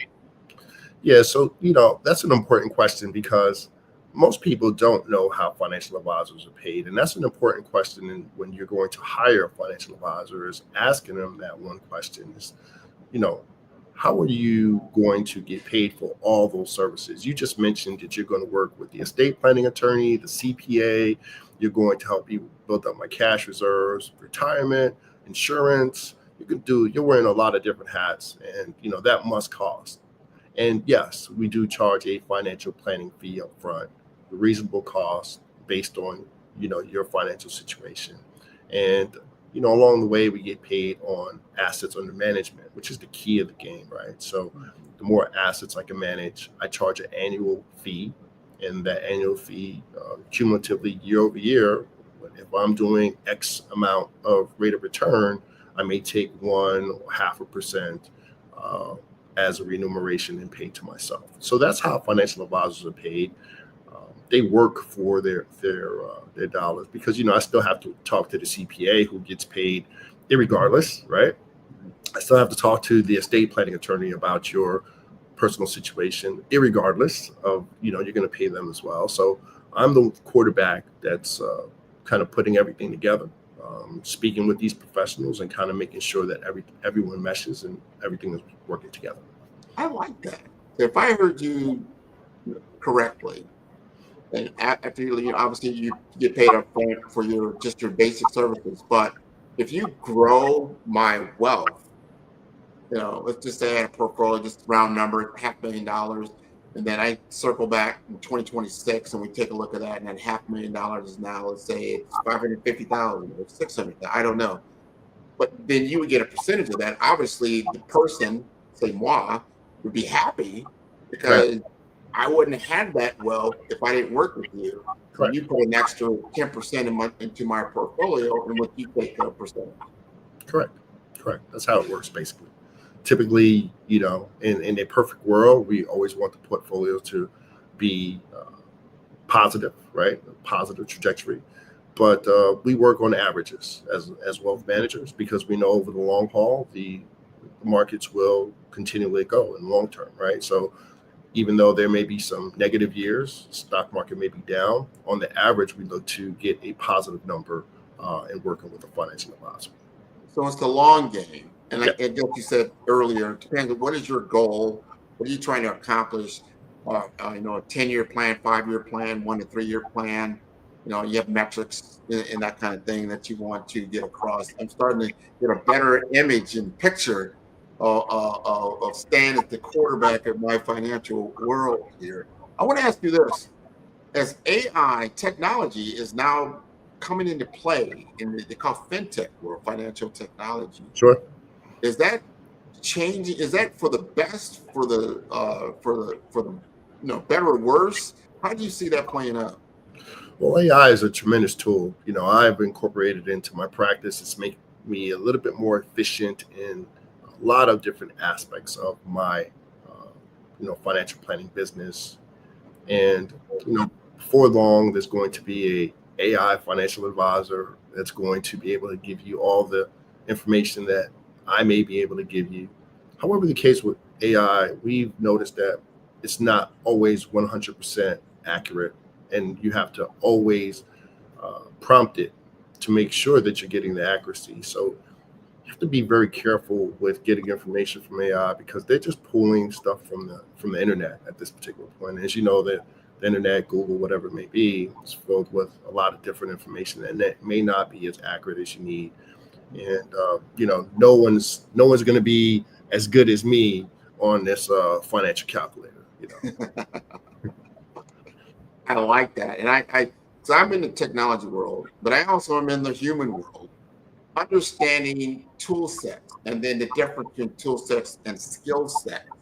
right? AI, just like you just showed the calculator, it's a tool. It's a very good tool. Once you put in the right information, you get it to you quicker. AI is no different. There'll be some things that can do that will mimic reasoning to a certain degree, but you just brought up a very important point, is that the data that it's utilizing is what the data is you're going to get out. And it doesn't automatically discern good data from bad data. It doesn't really, no, I mean, it's not a conscious being type of thing. You still need human to human interaction. I would take that any day of the week because as new information comes about, and let me give you a for instance to the audience. There's a new AI engine that just got released out of China called DeepSeek, right? That's new information. It's been around about 2 years, but now they just kind of showcase how they're a little bit different. It's a game changer. So all the information that all these other AI models have, right, are only what they have. They don't have the new information, new data points. How does that shift change what they think? All that shifts and changes, just like in real stocks and bonds or other things that happen. Once you have something that upsets the normal course or the track that you're on, it changes all the metrics. It changes everything. And in real life, everyone knows it's not a straight line. Right. So you have to be careful about that. It's very good in the moment of a current state, I would say. But then when you start getting into other areas, it cannot take into account things that have not occurred, or they might be, say, the potential to occur, but that's such a big data point that it can't really determine that what's going to happen next because this just happened. Something just happened to me right now. What happens next really is a big thing. So I would want a financial planner to say, hey, Stan, I just lost my job. What happens now? I just had a major financial shift in my portfolio. What happens now? Right. So in that instance, it's nothing better than experience, right? So you said earlier that I had 15 years of experience, and Grant, thank you for that. But it's actually 19 years of experience.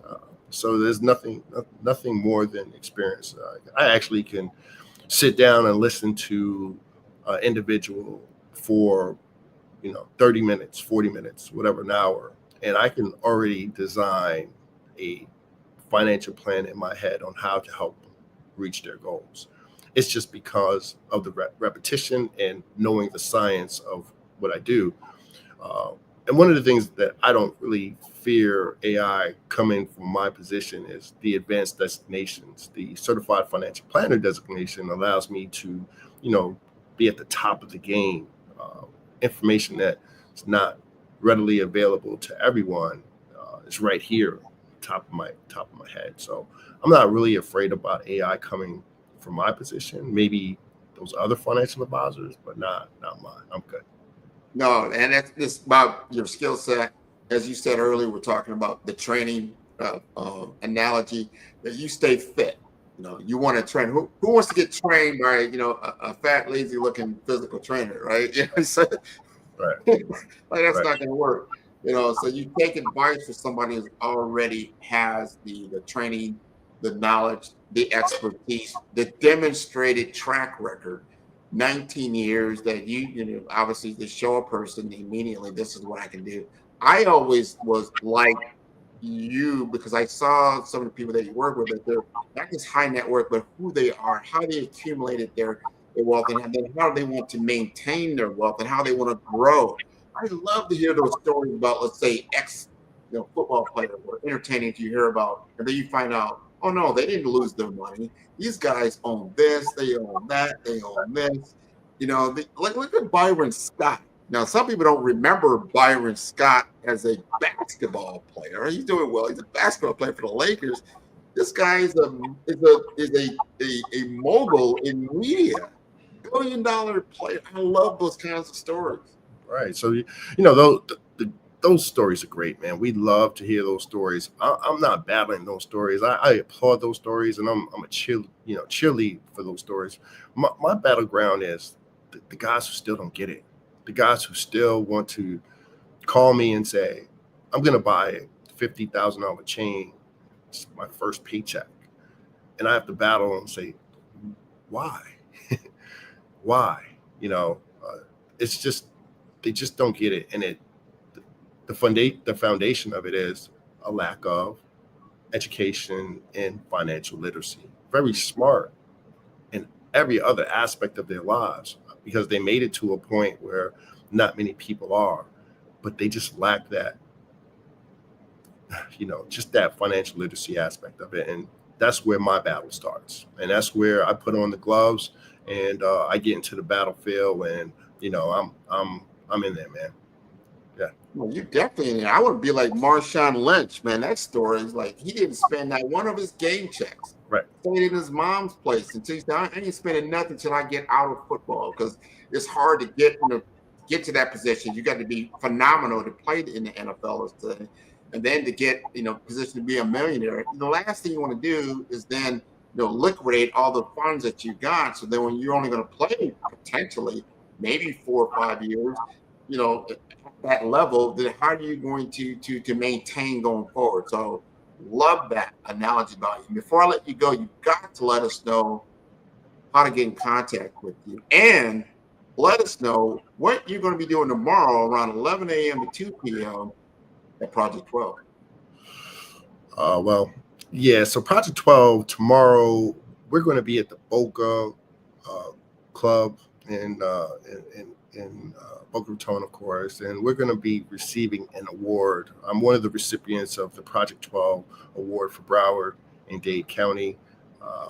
One of 12 individuals, great individuals that have done a great impact or had a great impact in our community. And I'm just proud to be part of those members. Grant is a former recipient last year, and he opened my eyes to that platform, and it's a wonderful platform, and I'm honored to be there. How do you reach me? You can go on my website. I have a website, www.apw-advisors.com. You can reach me on LinkedIn. Use my name, Stan L. LeConte, and you can find me there. You can reach me on my work phone, which is 954 900 8048. Man, this has been wonderful, Stan. I cannot wait to see you get honored tomorrow with your family. This is going to be great. Thank you again for being on the Black Business Network. You are the type of individual we want on this network. You are an entrepreneur. You have just 20 years. I'm going to give you 20 this time, 20 years of experience in doing what you're doing. And before I just let you go again, you got to give a shout out to your Kappa, man.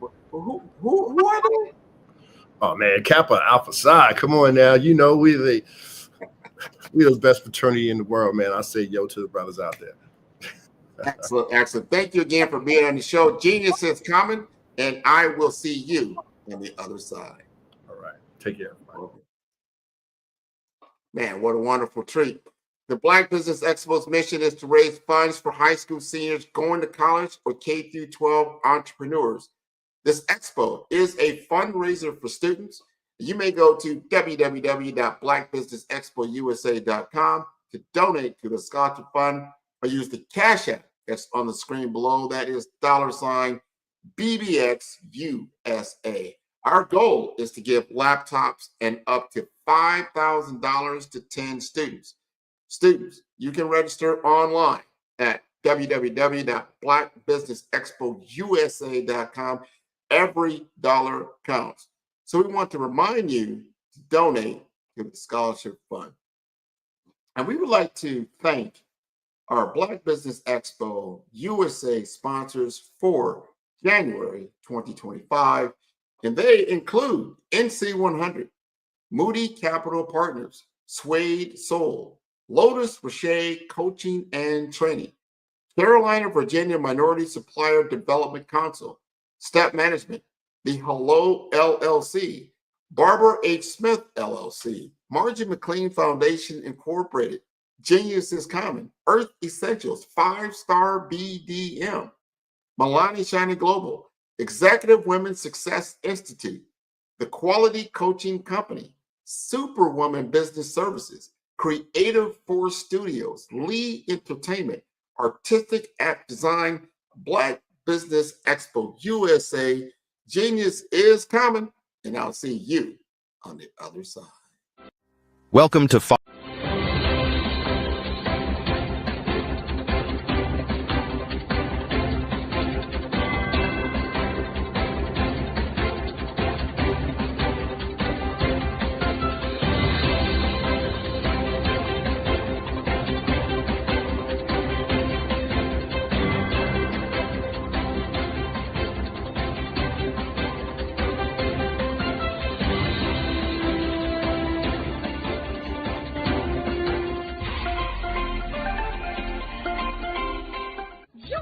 Dr. Eric Kelly III and a host of phenomenal speakers from all around the globe for this 7-day virtual event that you don't want to miss. The mission of the Black Business Expo is to raise scholarship money from kids all the way from high school all the way from college. The Black Business Olympics is one of the largest Black business showcases in the world. It is an opportunity for businesses and companies to showcase their businesses globally. We are going to be giving away laptops up to $5,000 away to students. Again, I'm Olivia Appleberry, the founder of 2 Cents Finance and one of the speakers for the expo. I am so excited to see you there. For more info, go to www.blackbusinessexpousa.com or call 919-308-9090 and hope to see you there. Kevin Price. I am Black Business. From the moment I wake until the time I sleep. Yes, I am Black Business. I am Black Business. Tell me, are you Black Business? I am Black Business. Do you support Black businesses? Listen, I support Black business because I am Black Business. Black Business Expo, one of the largest business showcases in the history of Black business in the world. The world! Sign up today at www.blackbusinessexpousa.com or call 919-308-9090. I am Black Business. I am Black Business. From the moment I wake until the time I sleep, I am Black Business. I am Black Business. Are you Black Business? I am Black Business. Do you support Black businesses? I support Black business because I am Black Business. Black Business Expo, one of the largest business showcases in the history of Black America in North Carolina. Join Dr. Eric Kelly III and a host of phenomenal speakers from all around the globe for this 7-day virtual event that you don't want to miss. The mission of the Black Business Expo is to raise scholarship money from kids all the way from high school all the way from college. The Black Business Olympics is one of the largest Black business showcases in the world. It is an opportunity for businesses and companies to showcase their businesses globally. We are going to be giving away laptops up to $5,000 away to students. Again, I'm Olivia Appleberry, the founder of 2 Cents Finance and one of the speakers for the expo. I am so excited to see you there. For more info, go to www.blackbusinessexpousa.com or call 919-308-9090 and hope to see you there. I am Black Business. From the moment I wake until the time I sleep. Yes, I am Black Business. I am Black Business. Tell me, are you Black Business? Black Business Expo, one of the largest business showcases in the history of Black business in the world.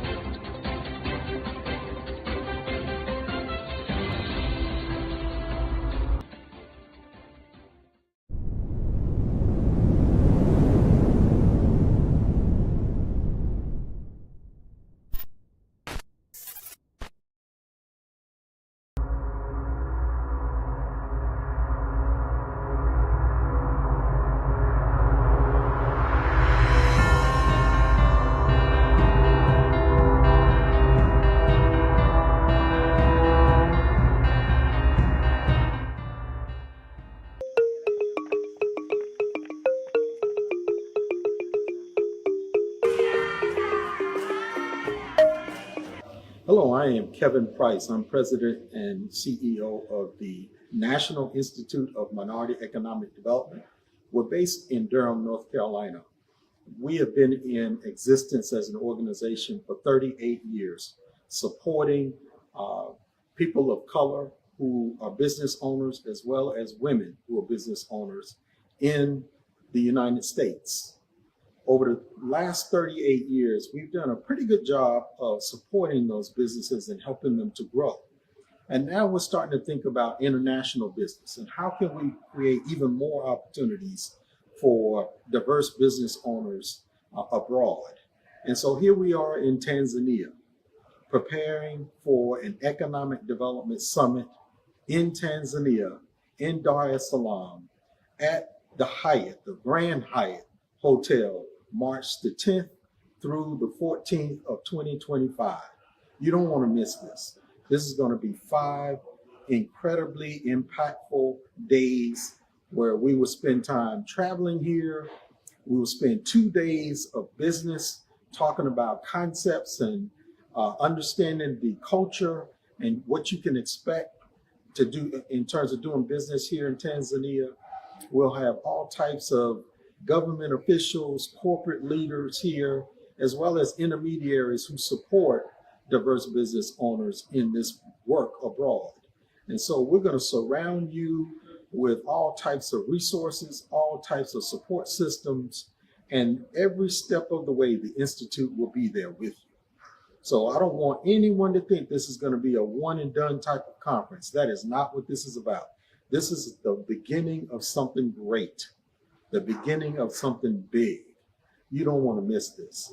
I'm going to say that several times because 5 days is a lot of time, but really it's not. When you think about traveling to a foreign country, many of you have never attended before, you've never been here before. The people here have been incredible to work with. They've been very hospitable. They want to do business with you.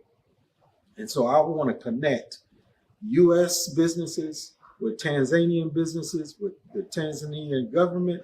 They are looking for us. They're hungry to do business with us, and we're going to make that connection. So those 2 days, we'll be talking business, and then 1 day of a cultural experience. How can you come to Tanzania and not go to Zanzibar, not go to the Serengeti? How can you do that? If you never come back again, you got to at least say you did that in your lifetime. And so we're going to make those opportunities available for you. So again, I'm saying you don't want to miss this. But that is not the biggest piece of this. The biggest piece and the reason why we're here is to do business. We're here on the continent to do business. And so if you're looking for an opportunity beyond those that we have in the United States, and you feel you're ready for that, and here is a way for you to plug in. Here's a way for you to have a support system in place. Here is a way that you can soar to even greater heights for your business. So join us in 2025. We'll see you in Tanzania.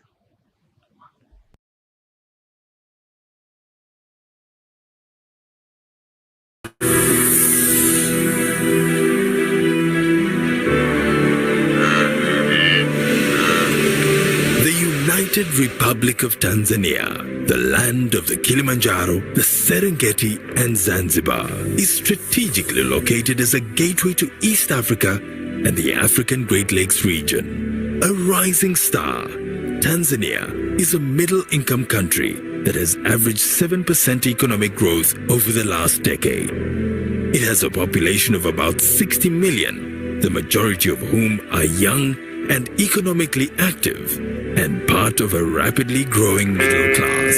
Accessible through the Indian Ocean, Tanzania connects to 6 landlocked countries. It also offers access to a sizable market of about 177 million people in the East African community and 350 million people in the SADC region. Welcome to Tanzania, the land of opportunities.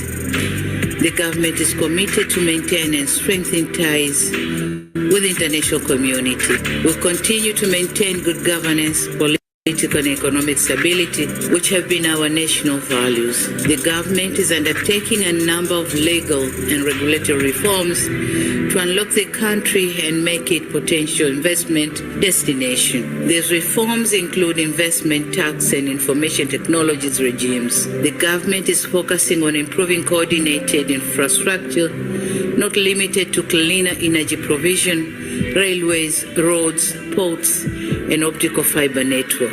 All this will add to the improvement of investment environment. As we open doors to the world, we believe that with efficient transport system, enough and affordable electricity, coupled with friendly regulatory regime, Tanzania is offering the best opportunity for investors to thrive. Welcome to Tanzania, the land of opportunities. The Tanzania Investment Center hosts more than 10 government investment facilitation institutions, offering a one-stop center that can give approvals, permits, and licenses all under one roof, easing the process and saving time and other resources pertaining to setting up a business in Tanzania.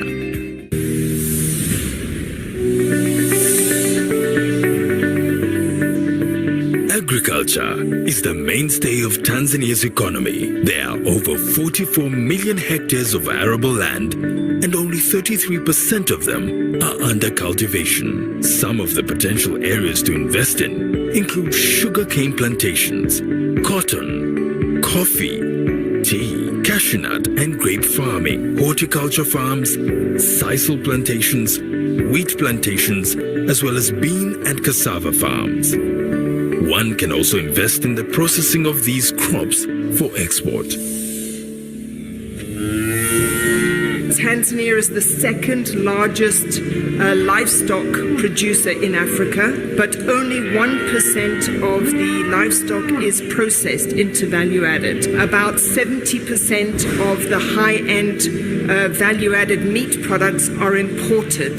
There are very few companies in Tanzania like this which are producing value-added products for the industry. So there is huge potential here in Tanzania.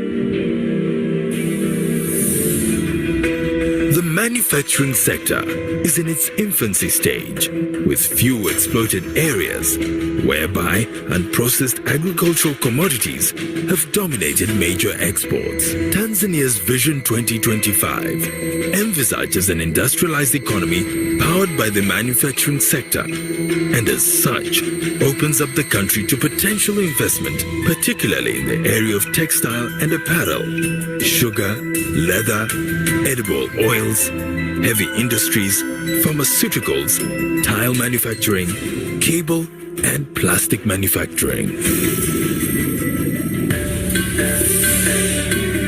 A 1,424-kilometer long coastline, including 3 large lakes, presents a virtually untapped opportunity in fishing. Opportunities lie in deep-sea fishing, fish farming, fish processing, and supply of fishing gear, just to name a few.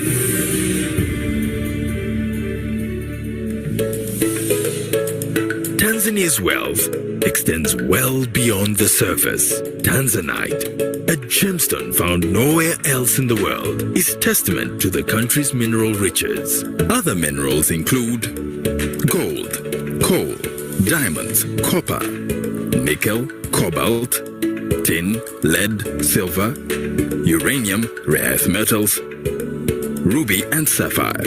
Investment opportunities exist in the areas of exploration, mining, and processing.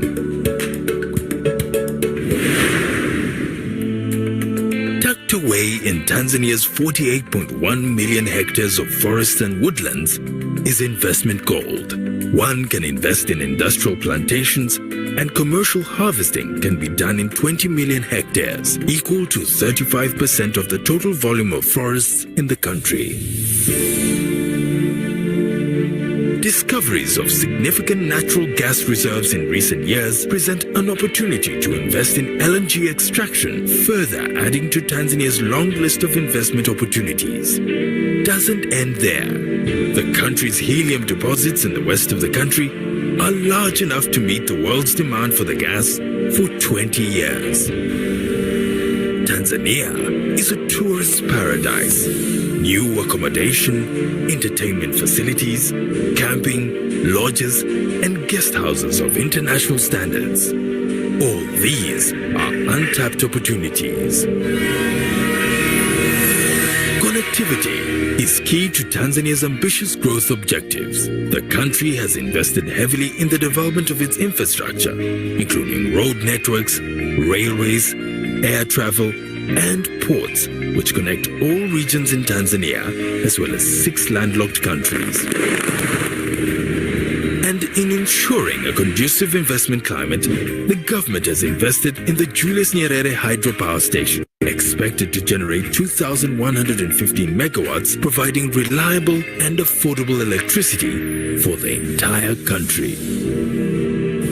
While in Tanzania, investors can enjoy prosperous living in the bustling cities and in the countryside, one can access world-class amenities such as schools, state-of-the-art hospitals that are fast turning the country into a premier medical tourism destination, as well as financial institutions. Having reached middle-income status, the Tanzanian government aims at soaring even higher, establishing the country as a favorable investment destination and an industrialized nation that provides a high quality of life to all its citizens.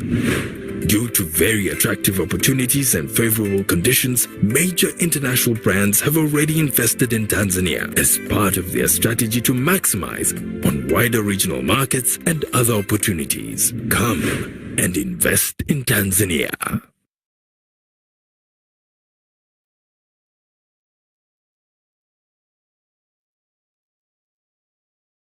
Good morning, everyone. Hope you can hear me okay. I look like I'm frozen. I think you're there. We can hear you. All right. Well, I want to welcome everybody. Good morning, entrepreneurs, thought leaders, and corporations. I want to welcome you to the Black Business Network. My name is Grant McGaw, and I am the CEO of 5-Star BDM and host of the award-winning Follow the Brand podcast and TV series. And I'm your business moderator for this morning on the Black Business Network. The Black Business Network is a 24-hour business network showcasing Black businesses, business owners, entrepreneurs, and thought leaders worldwide. And we have speakers from North Carolina, London, Singapore, Africa, Japan, and cities all over the United States. The Black Business Network is a global community, sharing its business knowledge to empower, inspire, and educate businesses about business. And we would like to welcome our next guest, Kevin Price.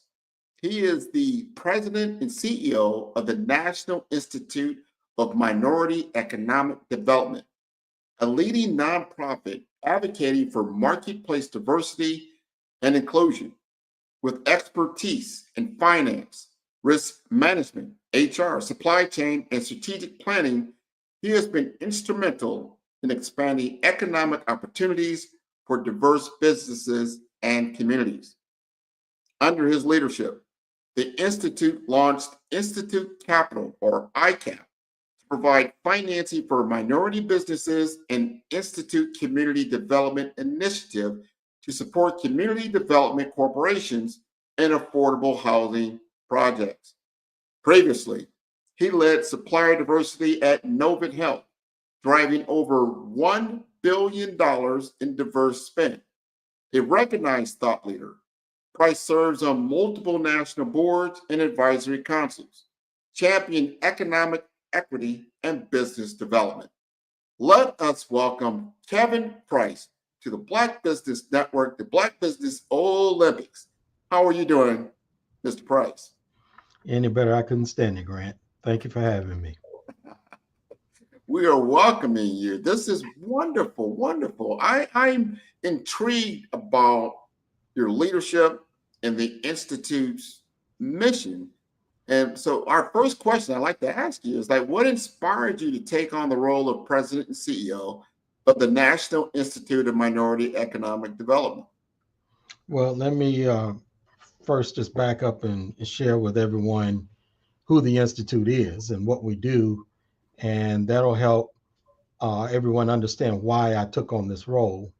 But the Institute was created in 1986 by Lou Myers and Andrea Harris, who thought it was important that there was at that time, statewide organization focused on economic development issues as it relates to minorities and women. You had the Urban League down in Charlotte, you had one in Winston-Salem, but they didn't have a statewide focus. And so that was the brainchild behind creating the Institute in the first place. Its mission is to build the asset base of diverse populations by education, policy work that we do, and providing economic opportunities. And so I came to know the Institute in the early 90s out of college. I was working for a faith-based community development corporation at that time, and we needed an intermediary that could go to city council meetings with us and other government agencies and provide the facts. And the first time I met Andrea Harris, she was a short lady in stature with a huge voice, and she had this huge binder under her arm. And she said, always lead off with the facts, because it's hard to argue that versus how you feel. Mm-hmm. And, you know, for a lot of folks who don't look like us, they need to understand the data, the facts, before they get to the feeling part. Right. And so she always led off with that. And that stuck with me over the years. And so I went into banking and corporate, moved to Charlotte, raised my family there, loved that community. And all of a sudden, the board of directors of the Institute called me one day and said, it's time for you to pay it back to us, who gave you this great career you've had, and come and lead the Institute as the third president of the organization. So I'm only the third in 39 years now of the organization. So we've experienced incredible stability over the years. And I thought it was time, Grant, that the Institute go to the next level. I started March 9th of 2020. 1 week later, COVID hit. Right. And I called the chair of the board and said, we're shutting down the office. And he literally ran over here. He lives a few blocks from my headquarters. He ran over here and he thought I meant I was shutting the company down. And he said, what are you doing? What are you doing? And I said, no. I'm trying to protect the team, and I'm sending everybody home to work from home. And that gave us an opportunity to rethink the model of the Institute. And does a model that was created in 1986 still serve minority and women communities of 2020? And what we found was there were more opportunities for us. We needed to go into a growth mode and expand the services of the Institute so that we can be more real-time support for the community and the needs it had at that time. I think that's so important to stay relevant in the current state, even though you have a storied past. 39 years, almost 40 years ago, you've evolved over that time. Here's the question. What is the biggest challenge facing minority businesses today? Well, a lot of people lead off with capital. And I think capital is part of it. Mm-hmm. But I think it's really three-pronged, capital being part of it, but also access. Mm-hmm. I see more challenges with people of color having challenges with access than I do with capital. But both of them go hand in hand. And I think the other is us doing more business with each other. Mm-hmm. We were forced to do business with each other when we had Black Wall Streets. They became big companies because we couldn't do business with everyone. We had to do business with ourselves. We were forced to do business with each other. And as a result of that, look at the amazing companies that were birthed out of that opportunity. But as soon as we were able to do business with others, they went away. So I think we need to recapture some of that spirit, take some plays out of that playbook, and rethink, especially given the climate we're in today. Yes. Yes. I think what you just said is that, and I love the digital economy because you have the opportunity, just like right now, I mean, you're speaking, that we can come together again and be intentional about creating marketplace, our marketplace. As we see, you've got to be able to leverage capital for your advantage. And if you don't, you get diluted results, right? If you're diluted in those ways. The question that we have is, how does the Institute advocate for marketplace diversity and inclusion, especially in this new administration? Well, I think you have to look at the model of the Institute grant. And so what I inherited when I got here was an organization that had a policy center and had a few programs where we partnered with SBA. And we went through an extensive strategic planning process to come up with a new model that became our Center for Policy and Advocacy.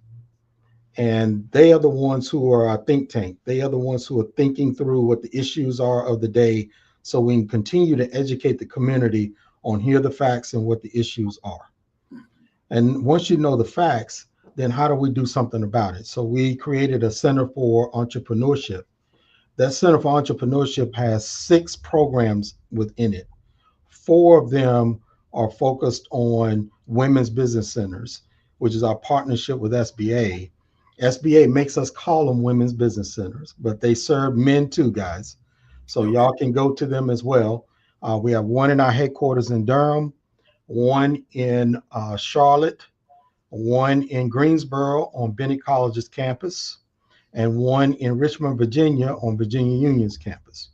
And so the purpose of them being on college campuses is, how many of us remember when we were in college and had this entrepreneurial spirit and wanted to start our little business, thinking we would be some mogul one day? Some of them worked, some of them didn't. But imagine what could have happened if you had had an institute to support you and provide financial resources to you to help you grow. Yes. And so that 5th program under the Center for Entrepreneurship is our Small Business Transportation Resource Center. The reason why we're the National Institute is we're far beyond North Carolina. We support organizations throughout the country, but we primarily focus in on North Carolina, Virginia, West Virginia, Kentucky, Maryland, and DC, with a little bit of activity in Tennessee, a little bit in South Carolina, a little bit in Georgia, and a little bit in Alabama. So we're sprinkling further and further south because we have all of these corporate partners who follow us and ask us if we will stay with them when they move into new communities and help us provide capital, help us provide support to those communities. So we go in with a corporate partner, which makes a huge difference for us. But the SBTRC is there for those transportation projects, whether they're highway or airport, vending, any of that.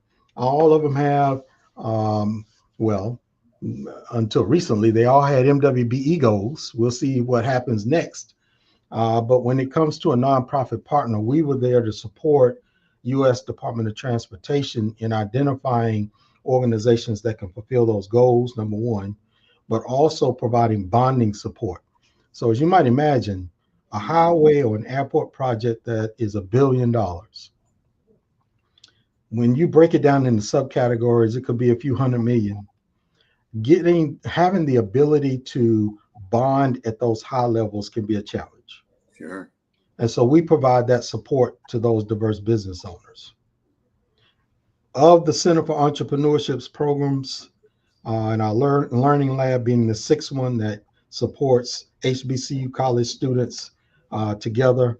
So that's the 6th program. But of those 6 programs, they're supporting over 6,000 minority and women-owned businesses every year. And what I often hear from them is, that's great that you're giving us technical assistance and capacity building support, but we need access to capital.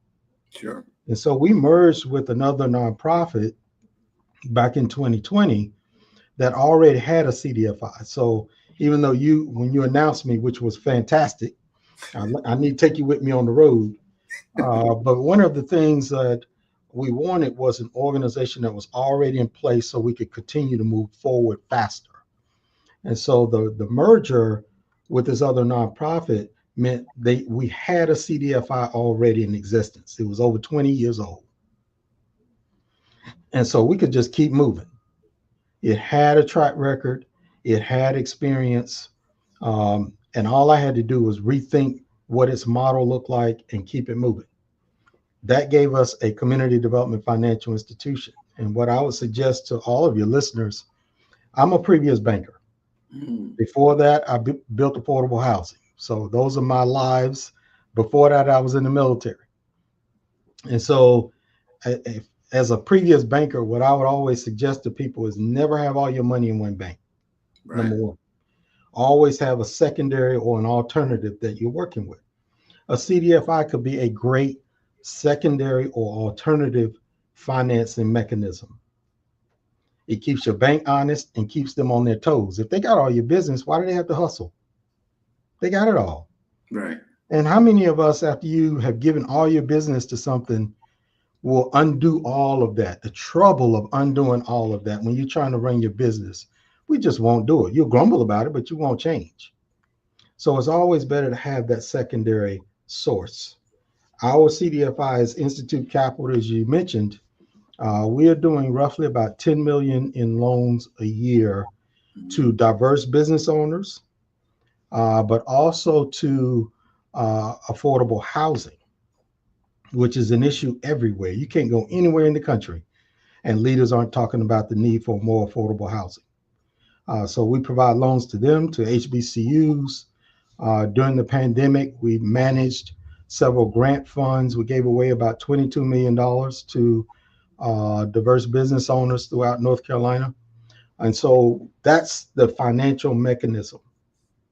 But even that wasn't enough, because what we heard was, well, I need to be able to pay this loan back to you if I only had more business. And so we created the Center for Strategic Planning because we wanted, or strategic partnerships, because we wanted it to be that connector of corporate buyers, government buyers, and those who are buying goods and services to diverse business owners.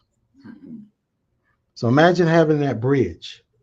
So now in one organization, you got someone who understands the facts. They are supporting with technical assistance and capacity building. They have financial resources, and then they can connect you with corporate buyers. Nice. That's the goal.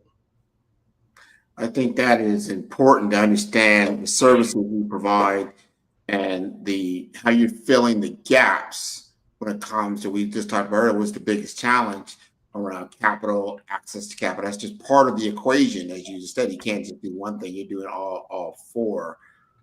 Which leads to the next question, which is around impact. What has been the impact of economic development, community, doing the things that you're doing from your position, what the association stands for? And then what role does the ICDI play in community transformation? So as it relates to impact, people who invest in us want to know what's their return on investment. Sure. What am I getting for this? And we have a long list of those. It's almost like a KPI sheet, key performance indicator sheet, where we talk about what we've done in terms of the impact on diverse businesses. What we know is that we've done over 27 million in loans the last 4 years. We do know that.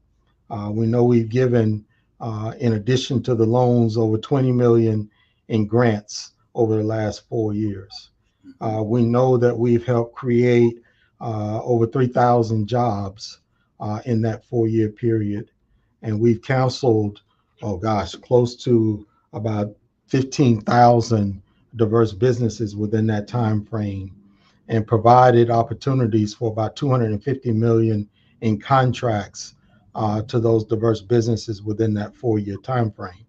So we know we're on to something in terms of what the impact looks like and how we're returning value, not just to those who invest in us with dollars, but those who invest in us with time. Often people spend a lot of time and look back and say, well, what did I get for that? We want to be able to at least have you say you were connected with other like-minded business owners for potential collaboration with them, which we see a lot, or that you were able to connect with buyers at a corporate level or government level and be able to compete for some of their business. So we think that's part of the impact. Now, you asked about ICDI. Yeah. That is our newest nonprofit, Institute Community Development Initiative, which is designed to support community development corporations. What I'm finding, Grant, is the CDC movement was incredibly strong in the 90s. We had initiatives nationally about, under Clinton, we were trying to create all of these new homeowners and home buyers and move people from renting in public housing and renting in general to owning their own home, which I thought was an excellent idea, because if you think about the two easiest and fastest ways for you to build wealth is home ownership and business ownership. Sure. And so it is great to see so many people that we were trying to close that gap around home ownership by creating more opportunities for them. And we were well on our way of closing the gap from World War II, closing it down. Mm-hmm. Then 2008 hit and the gap widened again. Mm-hmm. So we know that there is opportunity for us there. My concern is that a lot of young people don't see the value in home ownership. They think it's okay to rent. And I'm like, I can't get my head around that concept. That it's like throwing money out the window that you will never ever see again. Right. At least as a homeowner, you have the ability for appreciation in that house. Eventually you sell it, or you use the equity in it to retire, or you use the equity in it to borrow to send your kids to college. There's so many advantages to home ownership that you're never going to use the equity in an apartment for anything. Right. The owner may, but you won't. So there's a huge value and benefit to that even my own kids, we've had a discussion about this, and they're like, well, it's just cheaper to rent. Well, not anymore, because we even see statistically rents are just as high as a mortgage payment. Yep. So if you're going to pay roughly about the same amount, why not get some of that money back and invest in yourself? I want to piggyback on that. So important. As myself, a homeowner for the last 23 years, and what you said is so true. As I now get toward my retirement age, is that for a place in which I have lived and raised my kids in, and then now at the end of the day, as I look at that, like, wow, I have several, 100,000 in equity just in the house itself. And when you realize that in the game of capitalism, and I always use the monopoly board because I think it's so, everybody first, they most likely have played the game, but realizing that really is a model, for the life that we live in. The whole point is to pass go and to buy a house. That if you don't buy a house, you can't collect the rent. And then, you can't just live on that $200 that you're getting as you go past go, because eventually you're going to land on somebody else's property. And you're going to have to pay a lot more than $200, correct? Yeah. So home ownership, and on that board, it teaches you that. You have to get a home, first get a job, and that's fine. But the whole point of getting the job and everything is to buy a house, to get some wealth. Get the house, and then the next thing is to get the hotel. Well, really, the hotel is the business. So you get the house, you get the business, then you got the wealth, and obviously, the more houses you have, the more businesses you have, the more profitable you're going to be, and you end up winning the game. I'm not sure if we're really teaching our kids this very basic concept of it, as you said, you shouldn't have to beat someone's head in about renting versus owning. It's a huge difference. It's a huge difference, you know, especially over time, and what you can do, the way that the tax structures are in your favor. The taxes and how we pay those things every year, death and taxes are for real, is that they're structured for people that are homeowners, and they're structured for people that own businesses. So if you don't own a home and you don't own a business, you're paying the very highest rates of taxes that are available. So this is important. So my question to you is this, because this is around policies, right, or initiatives that have been most effective. Now, you kind of talked about that being in the 80s and 90s. It was great. It was growing. We had a setback, you know, during the Great Recession. Now we've turned around. We've gone through the Obama years. Now we're getting into this, you know, flip-flop with the Trump years, and people trying to roll back a lot of these policies. You know, how do you see yourself working with government officials, corporations, and policies in this new environment? Well, we work with both sides of the aisle. We have to. And to me, it's important that we stay fixed on the business case. Because it doesn't really matter who controls, whether it's the State House or the White House. You need to have your business case down solid, down packed, in terms of what ROI looks like for constituents that are investing in you. And so as I talk with state legislators, I talk with them about, is it that they want to see more tax revenue coming in, or do they want to spend more? Now, we're on the bringing in more revenue in because we're out building affordable housing. We're out helping grow businesses, and those small businesses become employers. Yes. Who are offering benefits. And as they do that, that's less of a burden on the taxpayer. Actually, it gives you a return. And so why not invest in us? I was listening to the mayor of Durham recently talk about it's cheaper to send someone to college than to incarcerate them. Sure. Much cheaper. It's also much cheaper for us to invest in not only education, but invest in home ownership and invest in businesses than to incarcerate them. And when you incarcerate them, you don't get anything back from that. As a matter of fact, it becomes this revolving wheel that it's hard to get off of that. But in this case, it creates generational wealth that can be passed on and passed on. And so I'm really focused on that, Grant. How do we create more opportunities for generational wealth that I can then show and demonstrate that to general assemblies, demonstrate that to city council members, so they see the value of helping them with the tax. We've got a lot of city councils right now and county commissioners who are wrestling with tax revaluations. And because people have been working from home, you haven't had as many people in offices. Commercial business owners and real estate owners have been asking for tax breaks because they don't have the revenue they had before the pandemic. Many of them are scrambling, trying to figure out what to do with all these vacant spaces. And so many counties and cities are seeing this shortfall in tax revenue as a result of that. And so we got to use our money more wisely. That's my point. No, 100%. And conditions change, and we have to change with those conditions, as you just stated. And I want to double down on what you just said. And I always go back to my monopoly board because I think it's so important. It's that one that said, do not pass go, do not collect $200 because you are in jail.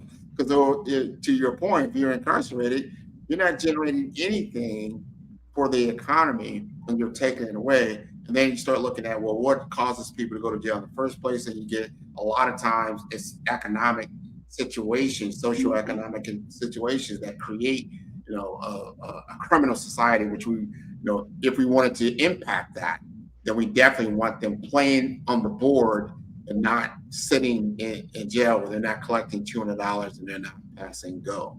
I believe. And you know what I'm finding? My Republican colleagues get that. Yeah. They don't want to talk black and white and all of that. They don't want to talk that. That's important for us. Mm-hmm. But that's not where they're coming from. Where they're coming from is show me the business case on why this is important for me to do. I can have that conversation with any legislator all day.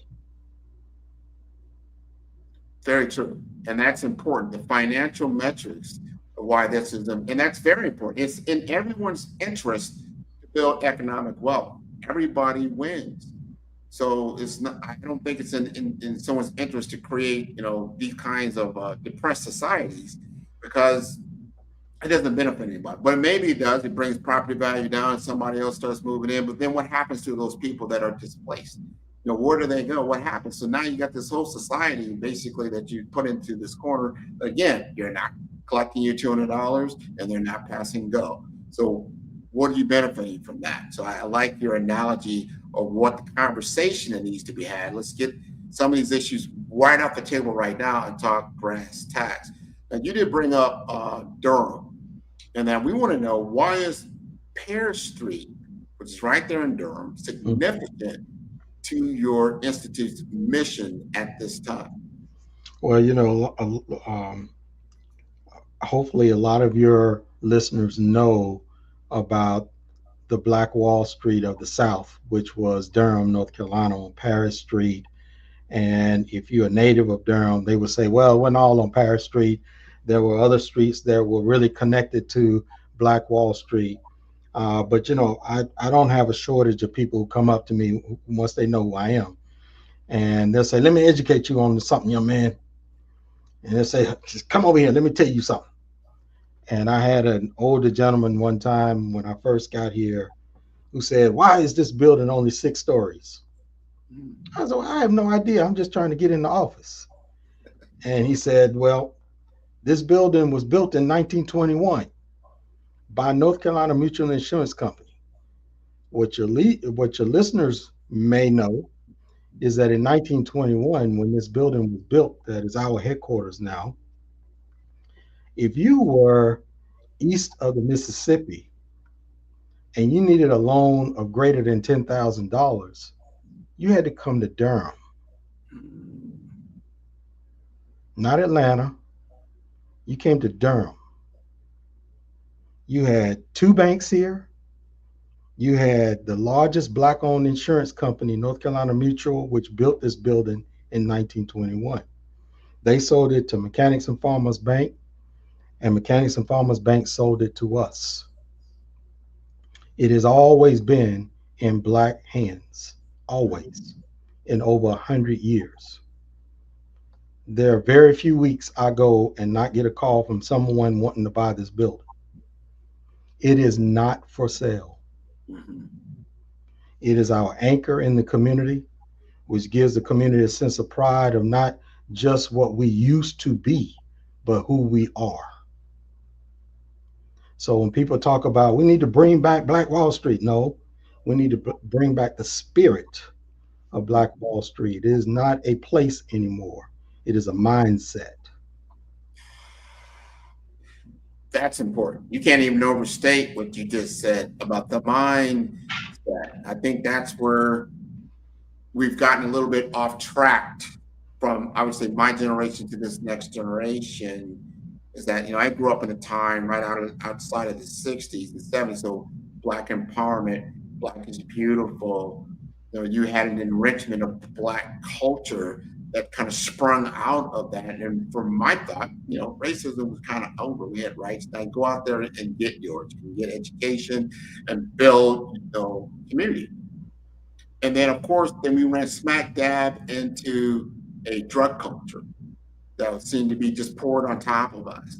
And just kind of like, it just did havoc. And then it created a whole new, generation that was focused mainly on materiality and not understanding what generates that materiality in the first place.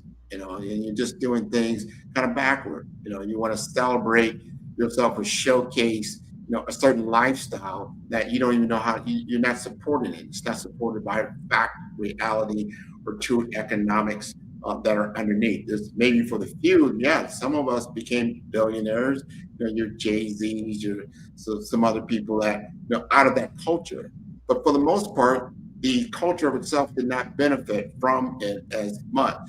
So I'm finding that to what you just said, the mindset that everybody can participate in this economy if we focus on it and make it intentional about doing business in the Black community and really regentrifying or revitalizing that spirit that you talked about and understanding the why behind it. There's a big why. There's a big reason why in other cultures that they always do business first within the culture before they go outside the culture. I think that mindset has been lost, but we can bring it back. Instead of saying, well, it's kind of like, no, we just have to be intentional about it.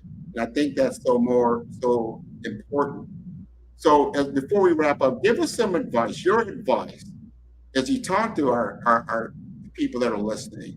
How do we get back to that spirit of that Black Wall Street?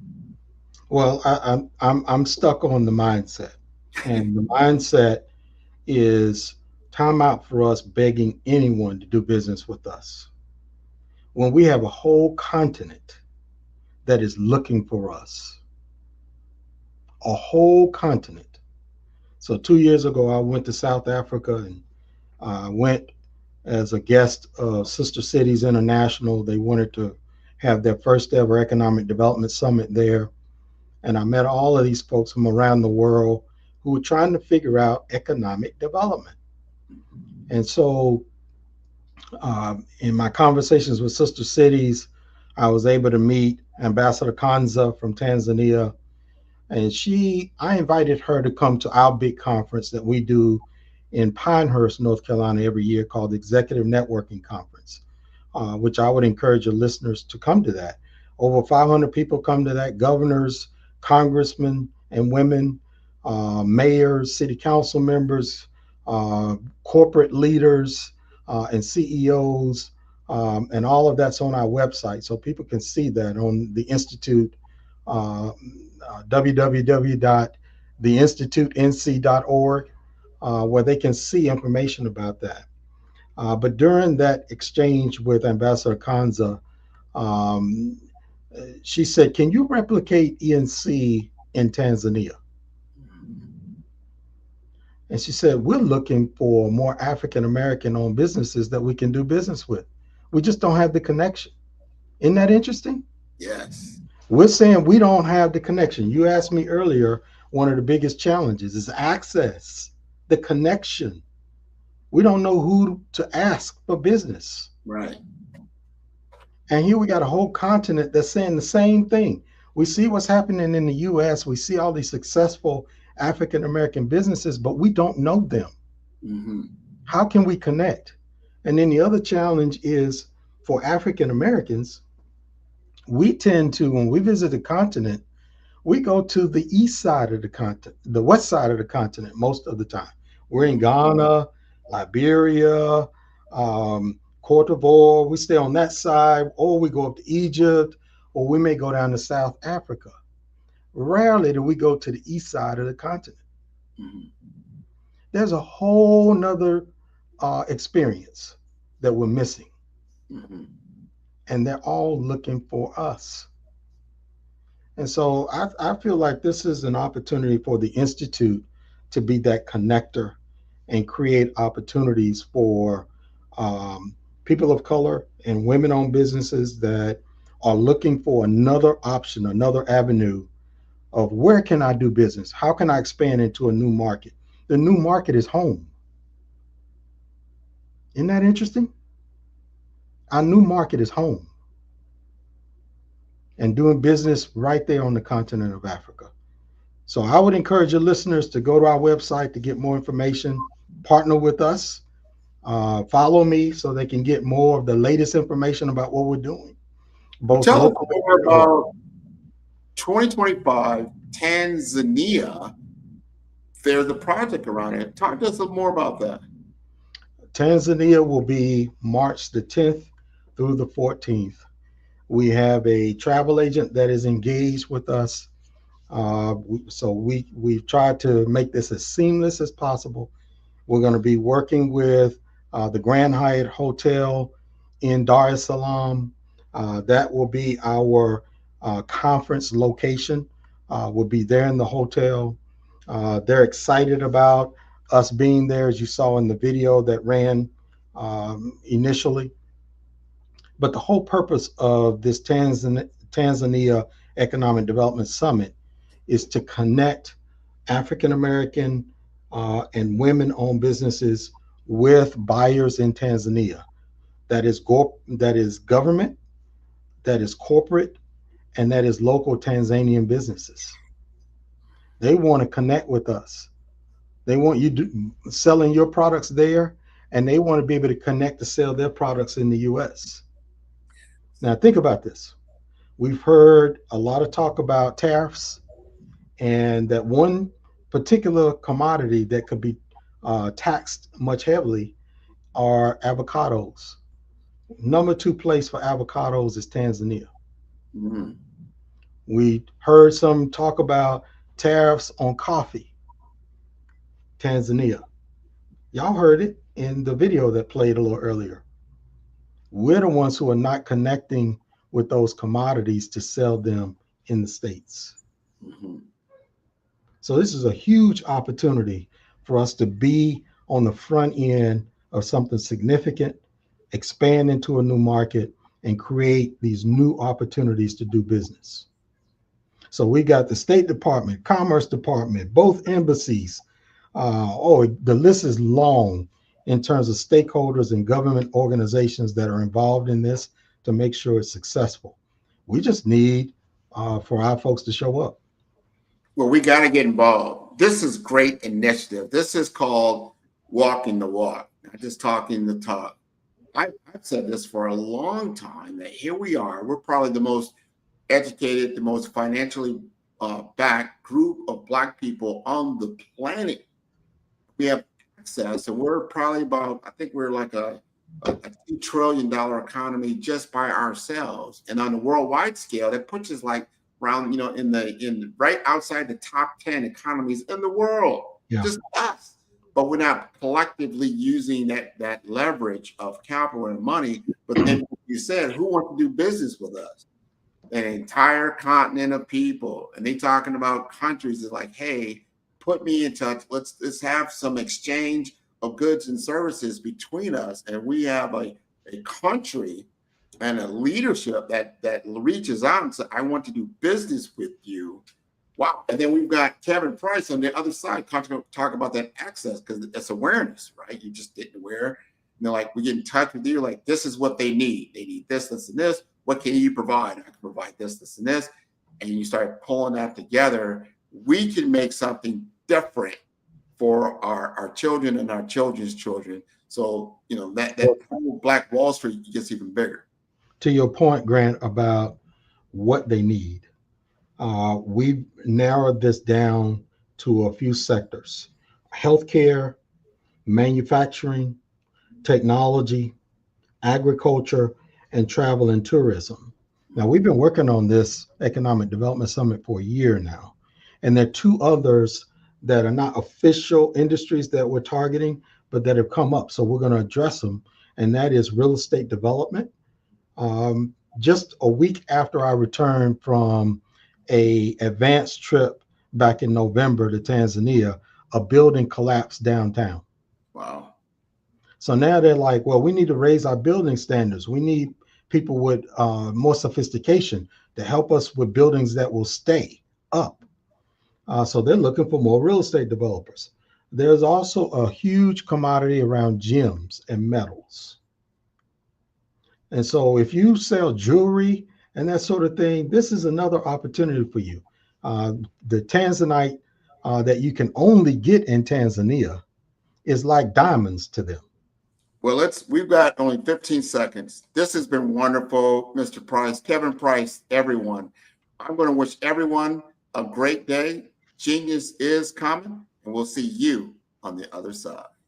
Thank you. You're welcome.